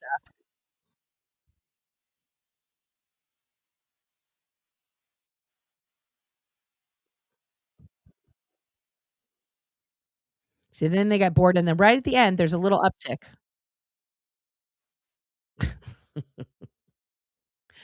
Okay. So, and then you can see, now here you can see your demographics, right? What the viewers are also watching, audience by behavior. So that had 3% new viewers, casual, regular, what device they were on, the age and gender. Guys, is there a shocker here that my audience is 98% female? And then I don't have any, where are all the 25 to 34-year-olds? My audience is between 35 and 65 plus. And that's fantastic. Okay. And so most of them are for the US, but I've got a little internationals going on here, and most people aren't using subtitles. Okay. And then as you guys saw, $2.84. Okay. This hasn't gone viral or anything like that. Right. But that's what so I study all these things to try and be like, okay, this is, doing good. This is not doing good. Yeah. The reports are a lot. It's a lot of fucking info. So watch hours. Let's just go back to analytics as a whole. Now there's just a whole tab here that's just analytics, okay? And yes, that's my estimated revenue for this month. That's everything combined. That's super chats, that's everything. So views, watch time hours. Let's go here. Okay?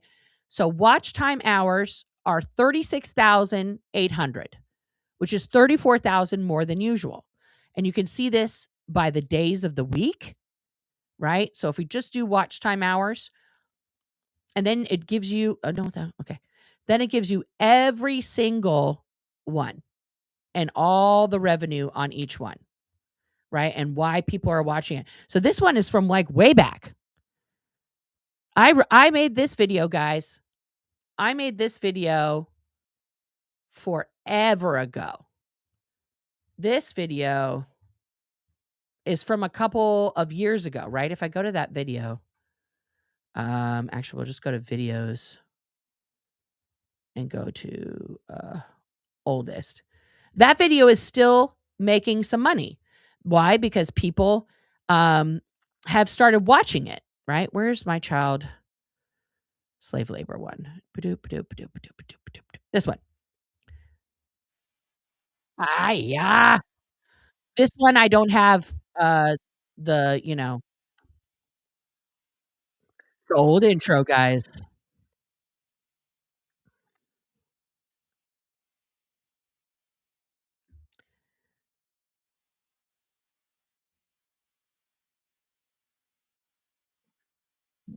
What's wrong with my hair? Okay. So this was from, I uploaded this 3 months ago, but this is from like 2 years ago. All right. So sometimes people watch this. It's gotten 51 total views since I re-uploaded it 3 months ago. So I think what I need to do is go back through some of these things and like redo it, maybe redo it in the now times or something like that. But anyway, guys, that's this. That's the back end there. See, we total have 2,738 subscribers, So there you go. Oh, you didn't hear it? It was just the old intro.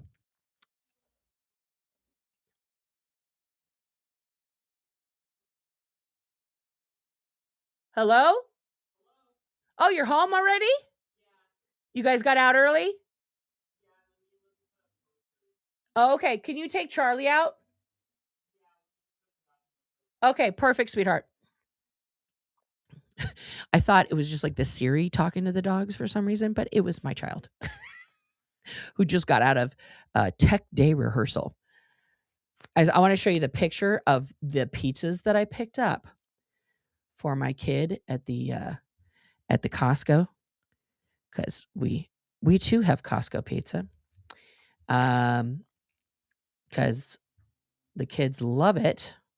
But also, let's face it, how many you can get hella pizzas. So all the parents, all the theater parents, we all chip in to buy the pizzas.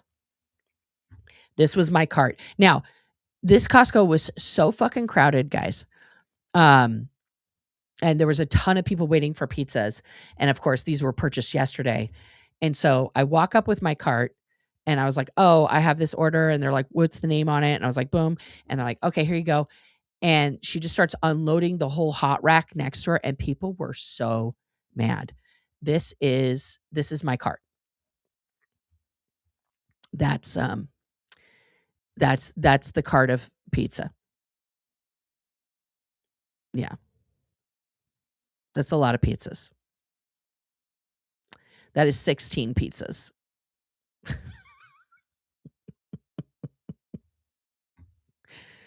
So yeah, are we just all shouting at our birth year? 1976.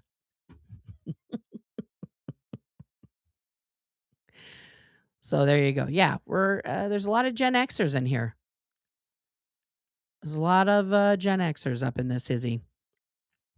So yeah, when you're buying pizza for a theater troupe, that's what it looks like. That's what it looks like. Yeah, it's a lot of pizzas, but I got them all in the car, and none of them fell. So there you go. Mission accomplished. Mad Dropper, I want to answer a question that you had stated earlier, that you had asked earlier, rather, which was when he says Zero Dark Nora, does that still work? Not in the way it did at first when it impacted me. I'll be honest with you. Like, I'm a human being, guys. Shocking news, I know. Shocking breaking news. I'm an actual human person. And when he first started that moniker for me, I was extremely distressed about it, right? It was just like a low blow. And that's what you have to understand. Every single thing that he says about me is something that he found out over the course of knowing me is upsetting to me in some way, shape, or form, or that I take personally, or that I dislike, or that hurts my feelings, right? And he is like almost like a serial killer in that aspect, where he keeps like copious notes of what upsets a person. Yeah, who would have guessed that I have a theater kid? Who would have guessed it? You know, who would have thunk it? Not me having a theater kid. Not me having a theater kid. But yeah, it's just it is meant to be divisive. It is meant to invoke disgust. It is meant, for me, it is meant to harm me, to put me back in the mindset that I was in when Anthony D'Amato was attacking me every day, 2 or 3 times a day sometimes. And I literally had to check myself in to an inpatient mental health treatment program. That's why he keeps talking about my mental health. That's why he keeps attacking my children, because he thinks that he can reinvoke that state in me, right? And this is stuff that I've realized in therapy, is that like everything that people say on the internet is, guys, guess what? It's not true. It's not all true. And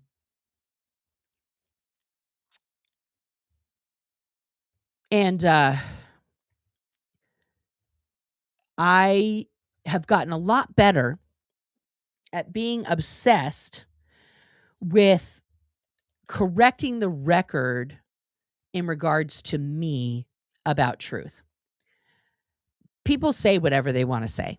Thomas Mew Anderson has made an entire career somehow, and you know, all the hundreds of views that he gets per year of making these ridiculous, they're not even coherent. He is a little bit, it's like, wow, I don't even know where, yeah. Is my house like a Von Trapp reunion special? We do sing a bit, and we do do a lot of laughter and impressions and things. That's kind of close, Mad Drop Bear. It just literally is he keeps a running list of what upsets you. And notice that. Notice how he attacks each person. It's very personalized, right? And he's there's a few videos where he's like, I don't even know why everybody was so upset about Tony's stuff. I mean, I thought most of it was funny. So he was watching the same video that I watched that was literally making me cry, making me be afraid everywhere I went. I mean, I became so paranoid, guys. I was fucking miserable. And Aaron watched the same video and was laughing. Now, if I see a video that is of the caliber, let's put it that way, of the videos that Zero Dark Tony was doing about me, about someone that I am friends with, there will be nothing that person could do that I would find humorous. Right? That really seems like something is wrong with that person, if that's what they find to be humorous. Right?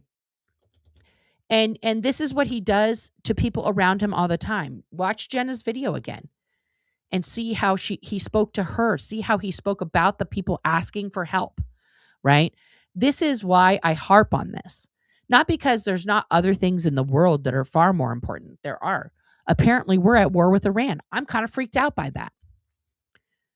But if anyone out here, especially the people like Journey and Audit and Mona and Amy and all the fucking people that are, and Laura, people around the world, T, that are doing really hard work, Alex, if they want to be taken seriously as this is a legitimate thing that should be done away with, and I'm referring to Scientology because it's harmful to people, then someone like Aaron Smith Levin, who is only causing harm, not perceived harm, not reduction of clout, whatever people accuse me with, that he is physically and mentally harming survivors of Scientology while profiting off of that misery.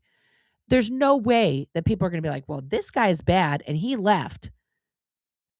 And then you're telling us the people in there are the same or worse? I don't know. That seems, okay. And I know all the people, he's not going to jail. He's not going to jail. I honestly think, guys, that with the evidence at hand, which we've all seen because it's on his channel, and the CCTV footage and the body cam footage of the Scientology security guards, will show a very targeted pattern of harassment and abuse at Scientology, which will qualify under the statute of hate crime. And it will get bumped up to a hate crime, and he will be then going to jail, to prison for a felony, and he will be a literal felon. Now, I think people can be reformed and people can do better after being incarcerated. I truly believe that. Okay? I believe in rehabilitation of the mind and of the spirit and of the body. I think all of that is possible. But first, it's like with any addict, right? If anyone's ever gone through addiction or dealt with someone in their family or friends group that has an addiction problem, we all know that the very first thing that has to happen in order for an addict to get better is the addict, has to decide they want to get better. Nothing will happen until the person themselves goes, okay, this is it. I can't do this anymore. I choose getting better. Because the second you're like, well, here's a rehab, get on in there, or here's this, or here's $5, or here's blah, blah, blah, blah, blah, blah, blah, they're not going to, they won't. Statistically speaking, it won't happen. Right? So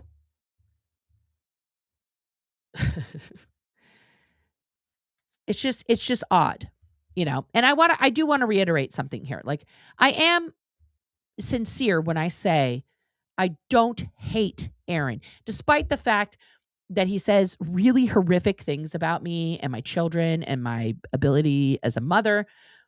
Those things are very, very upsetting to me. I don't have hate in my heart for him. I really don't have like an emotion about it, other than I am starting to get a little bit scared because his rhetoric and everything is escalating. Oh, good job, Gothica lady. But it's just like,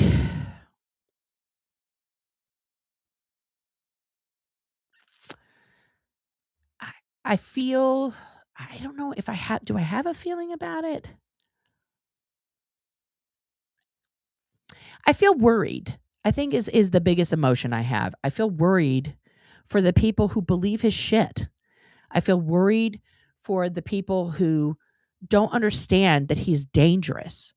And I feel really worried for the people who believe the things that he says, because he is wildly, rampantly lying to his audience, right?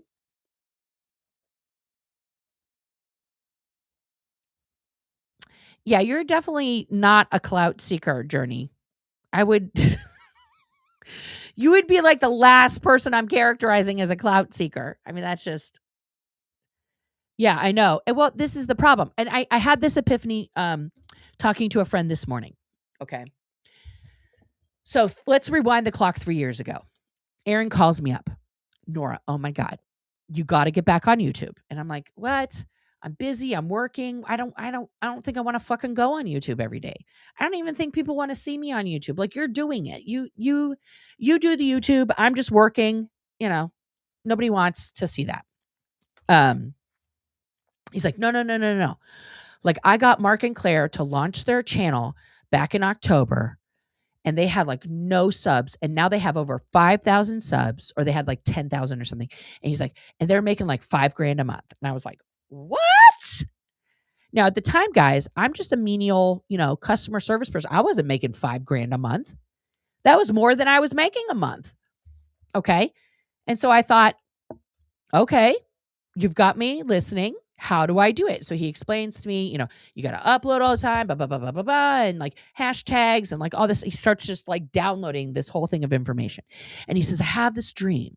I have this idea that we get a network of ex-Scientologists all over YouTube, all over the world, so that we're broadcasting more content 24 hours a day than the Church of Scientology is, so that when people Google Scientology, we're going to come up first, and they're going to get the truth about Scientology, and it's going to be amazing, and we can all tell our stories, and we can all cover the news things from different viewpoints, and we can all talk about it, and then we can do stuff together. But it's not like, we're not going to be like, like programming where like this person's on at this time. Do it whenever you want, and people can watch whoever they want, and we can like, pump up each other and blah, blah, blah, blah, blah. And I was like, well, that sounds kind of awesome. Right. And then what happened? I came back. Serge came on. Laura came on. A bunch of, it was like a wave of second gens came on. And then we found out that we inspired people who had never been in Scientology. They started a YouTube channel, and they went out and protested, because a lot of us, like me, repeated over and over and over that it will, and I still believe this, that it will be the never ends that are going to bring down Scientology. And all of a sudden, we went from this tiny little thing of us, ex-Scientologists, including Tori and Mark Bunker, who had already been on YouTube for 20 plus years, to 250 independent humans, a broad mix of, second gens, some people who were first gens, and mostly never ends. every day that we're out protesting, that we're out telling the truth about Scientology, that we're, showing the world how Scientology reacts to being seen. And then what happened? What happened? Aaron Smith Levin got jealous. Why? Why would Aaron Smith Levin get jealous of the very idea that he had being successful? How did Aaron get jealous, and when did he get jealous? Well, he brought on Streets LA. Now, Streets LA had gone mini viral on TikTok for his confrontation with the Scientology security guard, who was disgusting to him, who said, "That's why your son is dead," to Streets LA. And then other TikTokers came out and became a thing. Aaron became jealous of the fact that the TikTokers were getting way more attention than he was.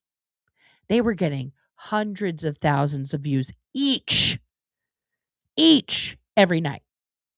Aaron has not reached 100,000 views on very many things, right? In a long time. So then he brings Streets LA on his channel, who at the time, Aaron was a bigger channel than his YouTube because he was more on TikTok than on YouTube. Within, I think, less than 2 months, Streets LA surpassed Aaron. And now everybody was just talking about Streets all the time. Oh, we should do what Streets does. And Streets says this, and Streets says that, and Streets and Streets and Streets. He didn't like that. And that is when Aaron started his own protest. And that is when Aaron systematically started attacking every single outlier, forming allyships, getting those allies to call out people who weren't doing good things. Then he got kicked out of the Aftermath Foundation. That was kind of a whole thing. And it was like, oh, whoops-a-doodles. And then he couldn't ride Streets' coattails anymore because Streets was kind of like, I don't know, bro. Right? Oh, if I do talk to Serge, I will tell him that, Mad Drop Bear. Until, he started his new foundation that sort of brought some life into it because it was like, oh, the Aftermath, evil. Now we have something. It's the SPGV Foundation. And people rallied around that shit, man. They were handing out that phone number left and right. They're like, we're saving fucking all the Scientologists, man. We're saving them. And then what did Aaron do? He did an interview with Scotty, impromptu. I told him, don't go on that live. Scott's going to fucking say a bunch of bullshit. And Scotty asked him a question. He's like, we're putting this, something about how to get in touch or whatever. And Aaron said in that interview, okay, I don't know why you guys constantly are giving out that phone number. It rings to my phone and it's annoying. Just give them the email. It's too many calls. Scott went nuts for like an entire month about that. For it, like, just he did the stream where he was like tearing up all of his SPTV merch.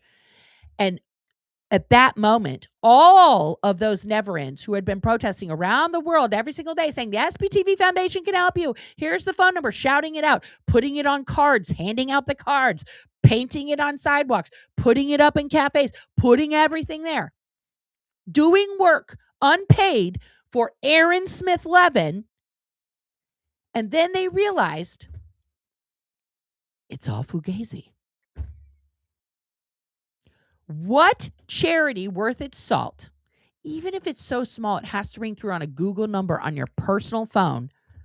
What fucking no, Scott was right about that. But like, what fucking charity is worth its salt that tells its audience, that tells its unpaid volunteer force, stop giving out the phone number. Just give out the email.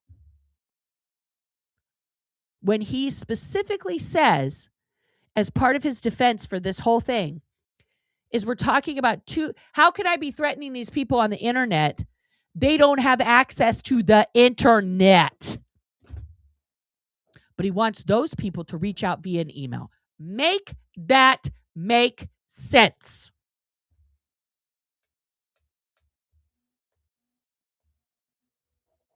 Oh, DOA was totally right to be mad. I'm not faulting him for getting upset. I was upset. I called Aaron. I said, what the fuck did you just say? I think I texted him probably too. I said, why the fuck would you say that? You just fucking tanked your entire thing. Oh, no, it's fine. Most people use email. No one's even going to watch that. Nobody cares.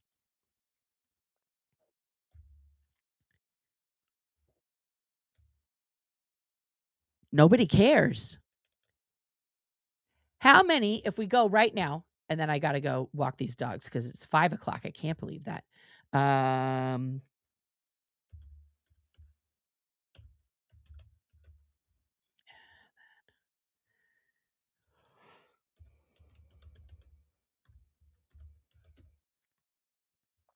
Okay. So let's go here first. This is the original site that we all used to be able to check here, sptv.space. Okay. Natalie is the only one listed here for a daily recap. Okay. And then these are the last channels left on here. Okay. Clearwater George, Lori Plays, Jenna, Farrell Cheryl, Dusty, right? Nobody's live. Nobody's live except for me. Okay, so let's go to fsciento.space. I'm not on here apparently. But that's okay. My other channel's probably on there. Okay. Now this one has all the same resources, which is fucking great. Okay. This is the I Spy portion. All right. This is a whole separate section of you've got to verify you're not OSA and all this stuff. It's very fun, but you guys should go check that out. Okay. So here's the full alphabetized list. Now, this is the list of everybody who ever did stuff. How many out of these people are regularly streaming?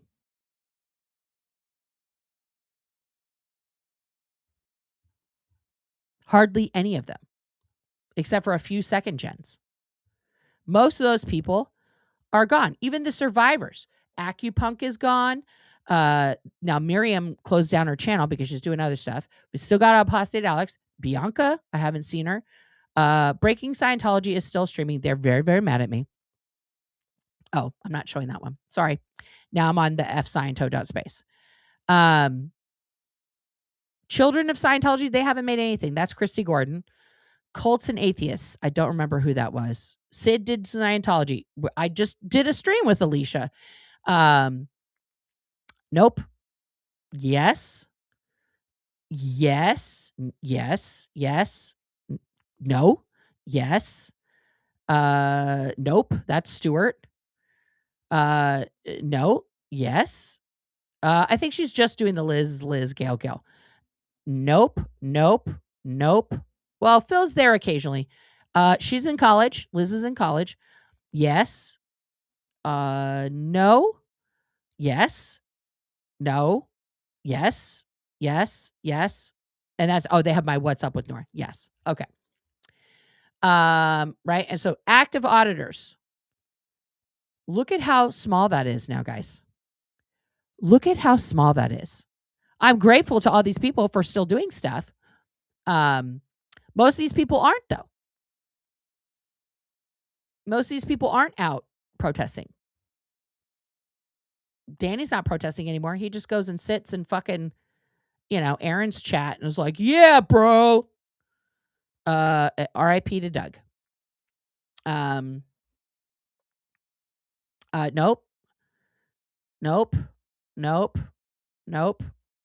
I don't know.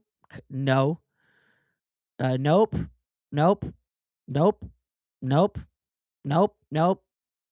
No. That makes me sad. And Windy City just came back.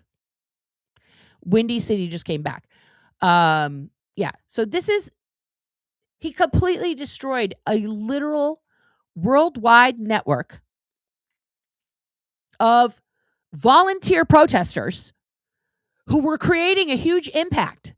Never before had Scientology experienced simultaneous worldwide protesting at like almost every location they have on planet Earth. Never.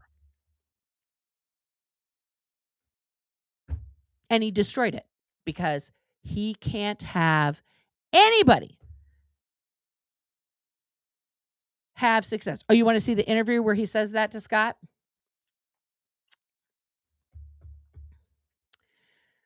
Do I have that one? I think I do.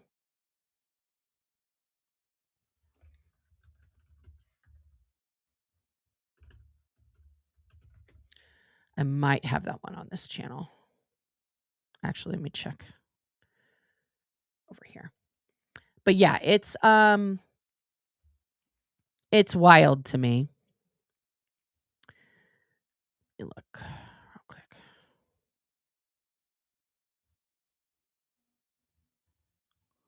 Or it's on my hard drive, but I mean, I have it. I just might not.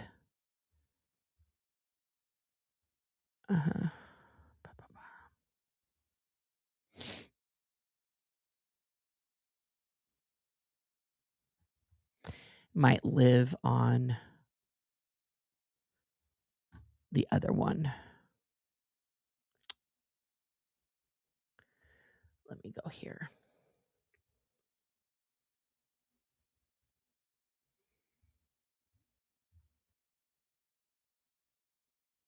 Because I have more videos on the other channel. Like I moved everything over when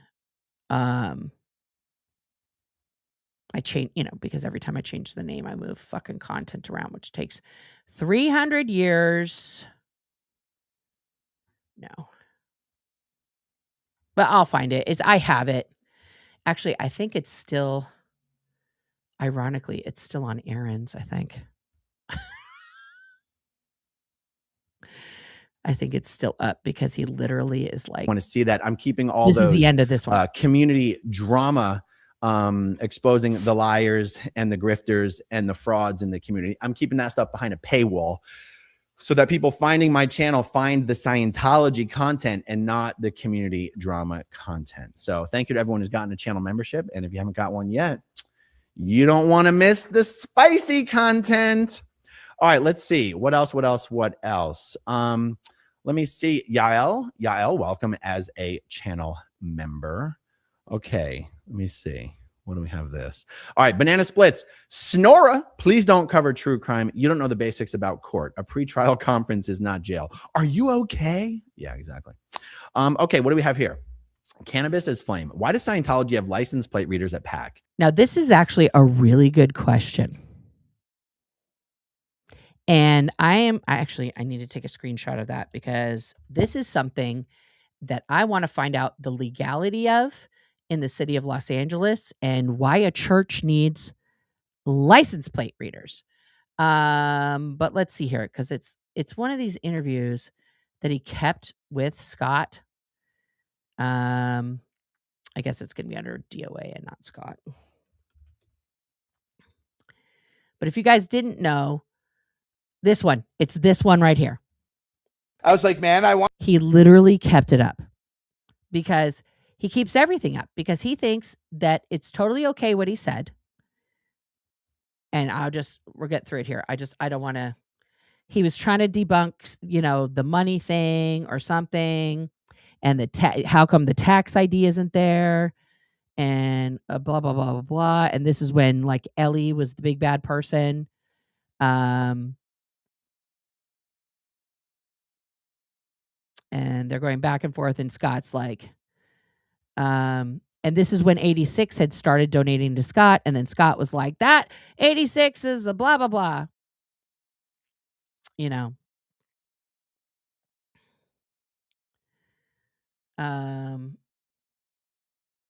And all the money that was handed out and the pipe thing. God, it's just like, this is all still a mess as far as I am concerned. This whole Scott has just created a fucking big steamy mess of shit.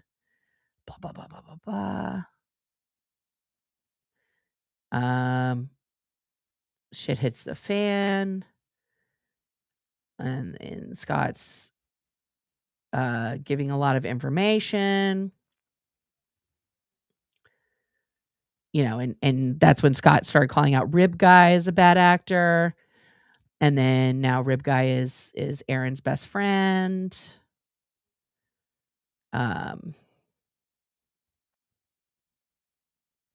Good Lord.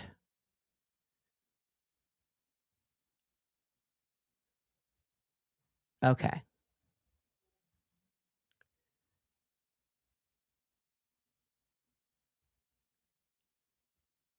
Uh-huh.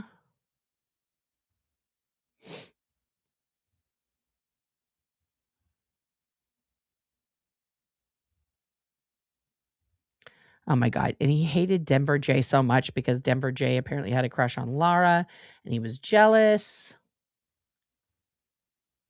Oh my God. Okay.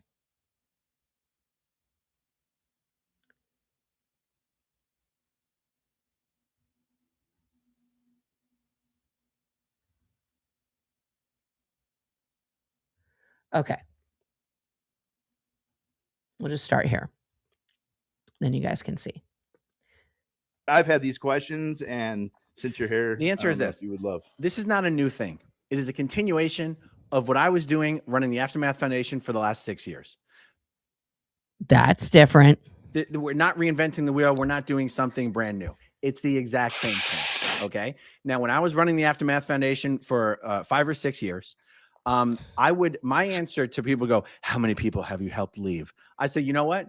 Every single week, we are helping people who are leaving Scientology or have already left Scientology. And beyond that, we do not give numbers. He gave numbers to the judge. We're always happy to, the financial records are released annually.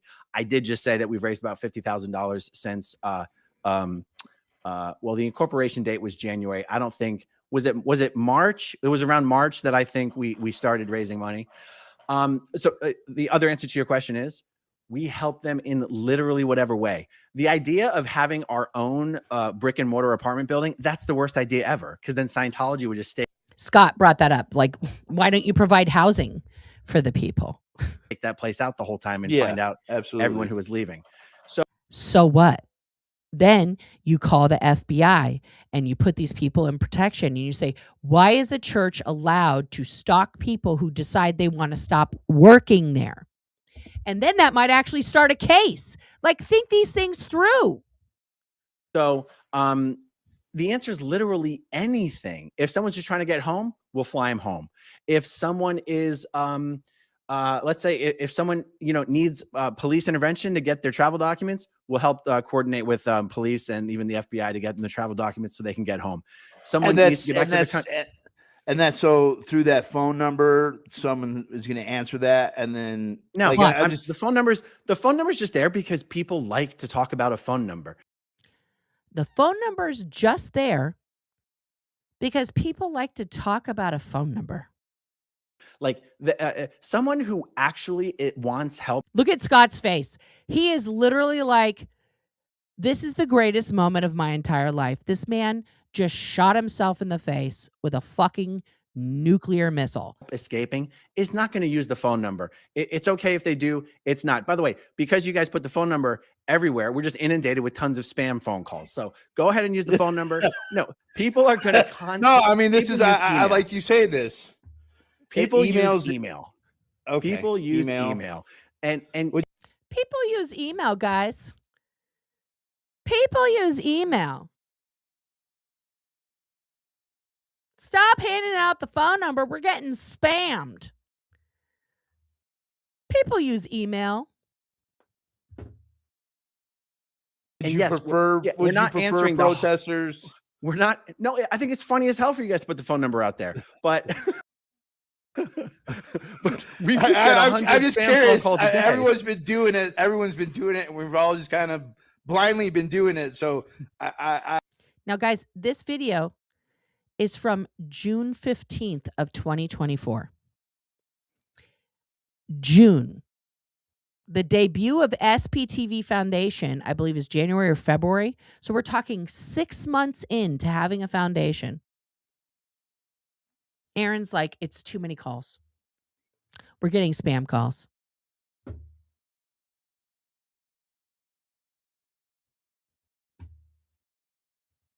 I tell you what. Yesterday I was just like, fuck, I need to ask these questions because I'm blindly fucking doing it too. And like, is there even somebody answering the fucking phone calls? It's a voicemail. Here, and you ready to go? It's a voicemail. It's a voicemail. And even for the Aftermath Foundation, it was a voicemail for the entire time I was running the place. I do believe they've started having someone answer the phone. It's a total waste of time. So you guys can. Yeah, it's a waste of time when you're a charity who says we can help you escape to have a human being answer that phone call. And put out the phone number if you want. It's not a problem. I'd rather you guys put out the email address, to be honest. It's easier to scan through spam emails than it is spam voicemails from all across the country. That rings. Well, I'm glad we got clarification. That rings on that. to my damn cell phone. Okay. Fair enough. And so yeah, it ain't all a big emotional deal. I think that was productive.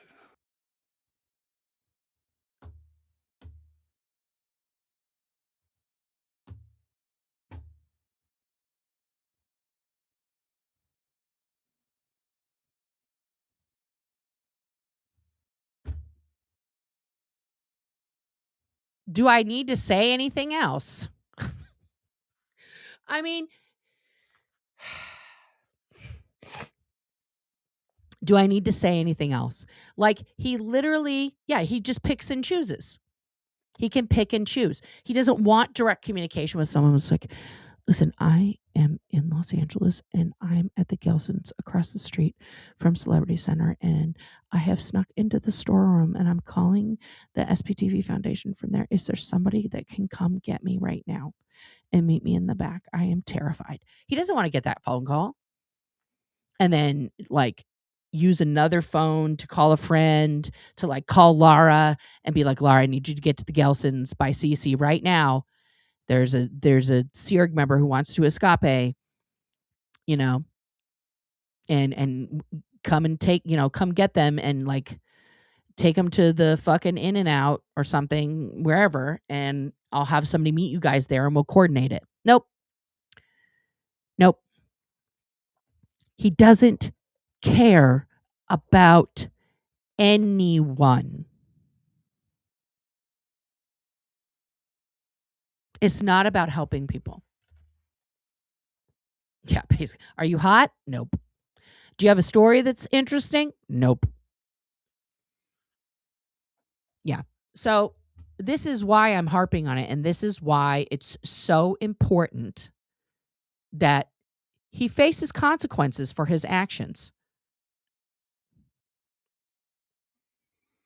Yep. Bernina, correct. Did I see your last comment, Southern Mimi? Let me scroll back up. Hopefully I can scroll enough. Oh, thank you guys for clicking on the QR code.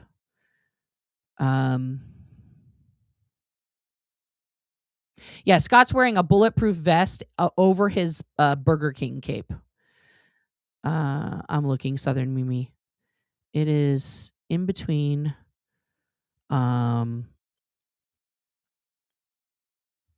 Okay, I see you said that you were mad at him for this.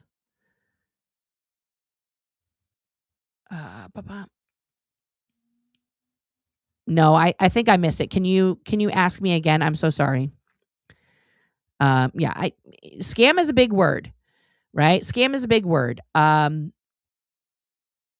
He's going to have to fill out a 990 and then everybody can check the numbers because it's a public facing charity. I think it's very telling that all of the board members no longer have any sort of presence on the charity, which I find suspicious. And, oh, no, I haven't sent that. Don't worry. It's on. Yes and no. I have it in my pending, but it is coming out too. Don't you worry. The package is on its way. Check my email. Okay. Oh my God. That sounds very serious, Raymond. I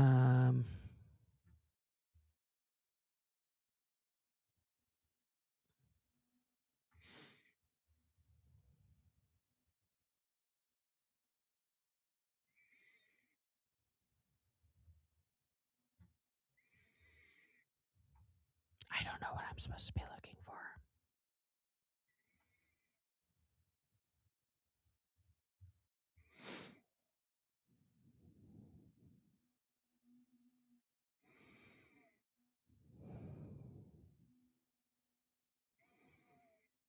Mm-hmm. Mm. Mm-hmm. Mm-hmm. Oh my goodness. Thank you, April. That's incredibly generous. Is it Raymond? I don't know what name you're using in your email, but I don't think it's Raymond. Oh, that one. Okay, I'm looking. I don't know if I saw that one. But I'll look through. Thank you for being here, Mad Drop Bear. Yeah, guys, I'm gonna go get dinner started here and take my dogs on a WALK. I have to spell it because I know they hear me, and if they hear me, they're gonna come pounce. It's 5:00 here. It's 5:00 somewhere. Guys, have a cockamum tail, or if you don't drink, enjoy a refreshing, sparkling something or other. Yeah.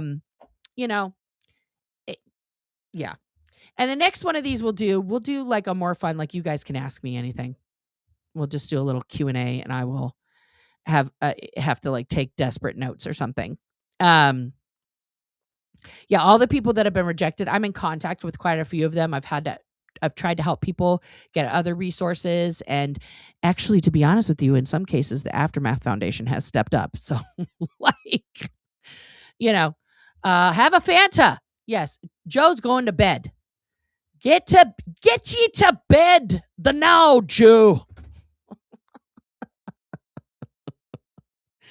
Thank you guys so much for being here. Thank you for being a member. Thank you for supporting. Thank you for all the people who got donated memberships. I mean, that's fucking great. I really, really, really appreciate it. Tuesday is going to be wild. I'm going to be putting out some shorts and stuff, including this little convo, just to remind people what the fucking what. Yeah. And we'll be back on Monday. Everybody take tomorrow off. It is the day of our Lord, or your Lord, or somebody's Lord, but it's Sunday. Hopefully you don't have to work. I can do better. All right. Oh, I know. That was not a good one. I'm tired. Thank you. Thank you for not giving up and believing the people who Aaron shat on. Yeah. I definitely didn't give up, kids. I'm still here. I'm still queer. And I will see you all on the flippity dippity. Lincoln 30 to dispatch. Yeah, that's a wild goose chase over here at Nakatomi Plaza. Everything here is okay. Over. Let it snow, let it snow.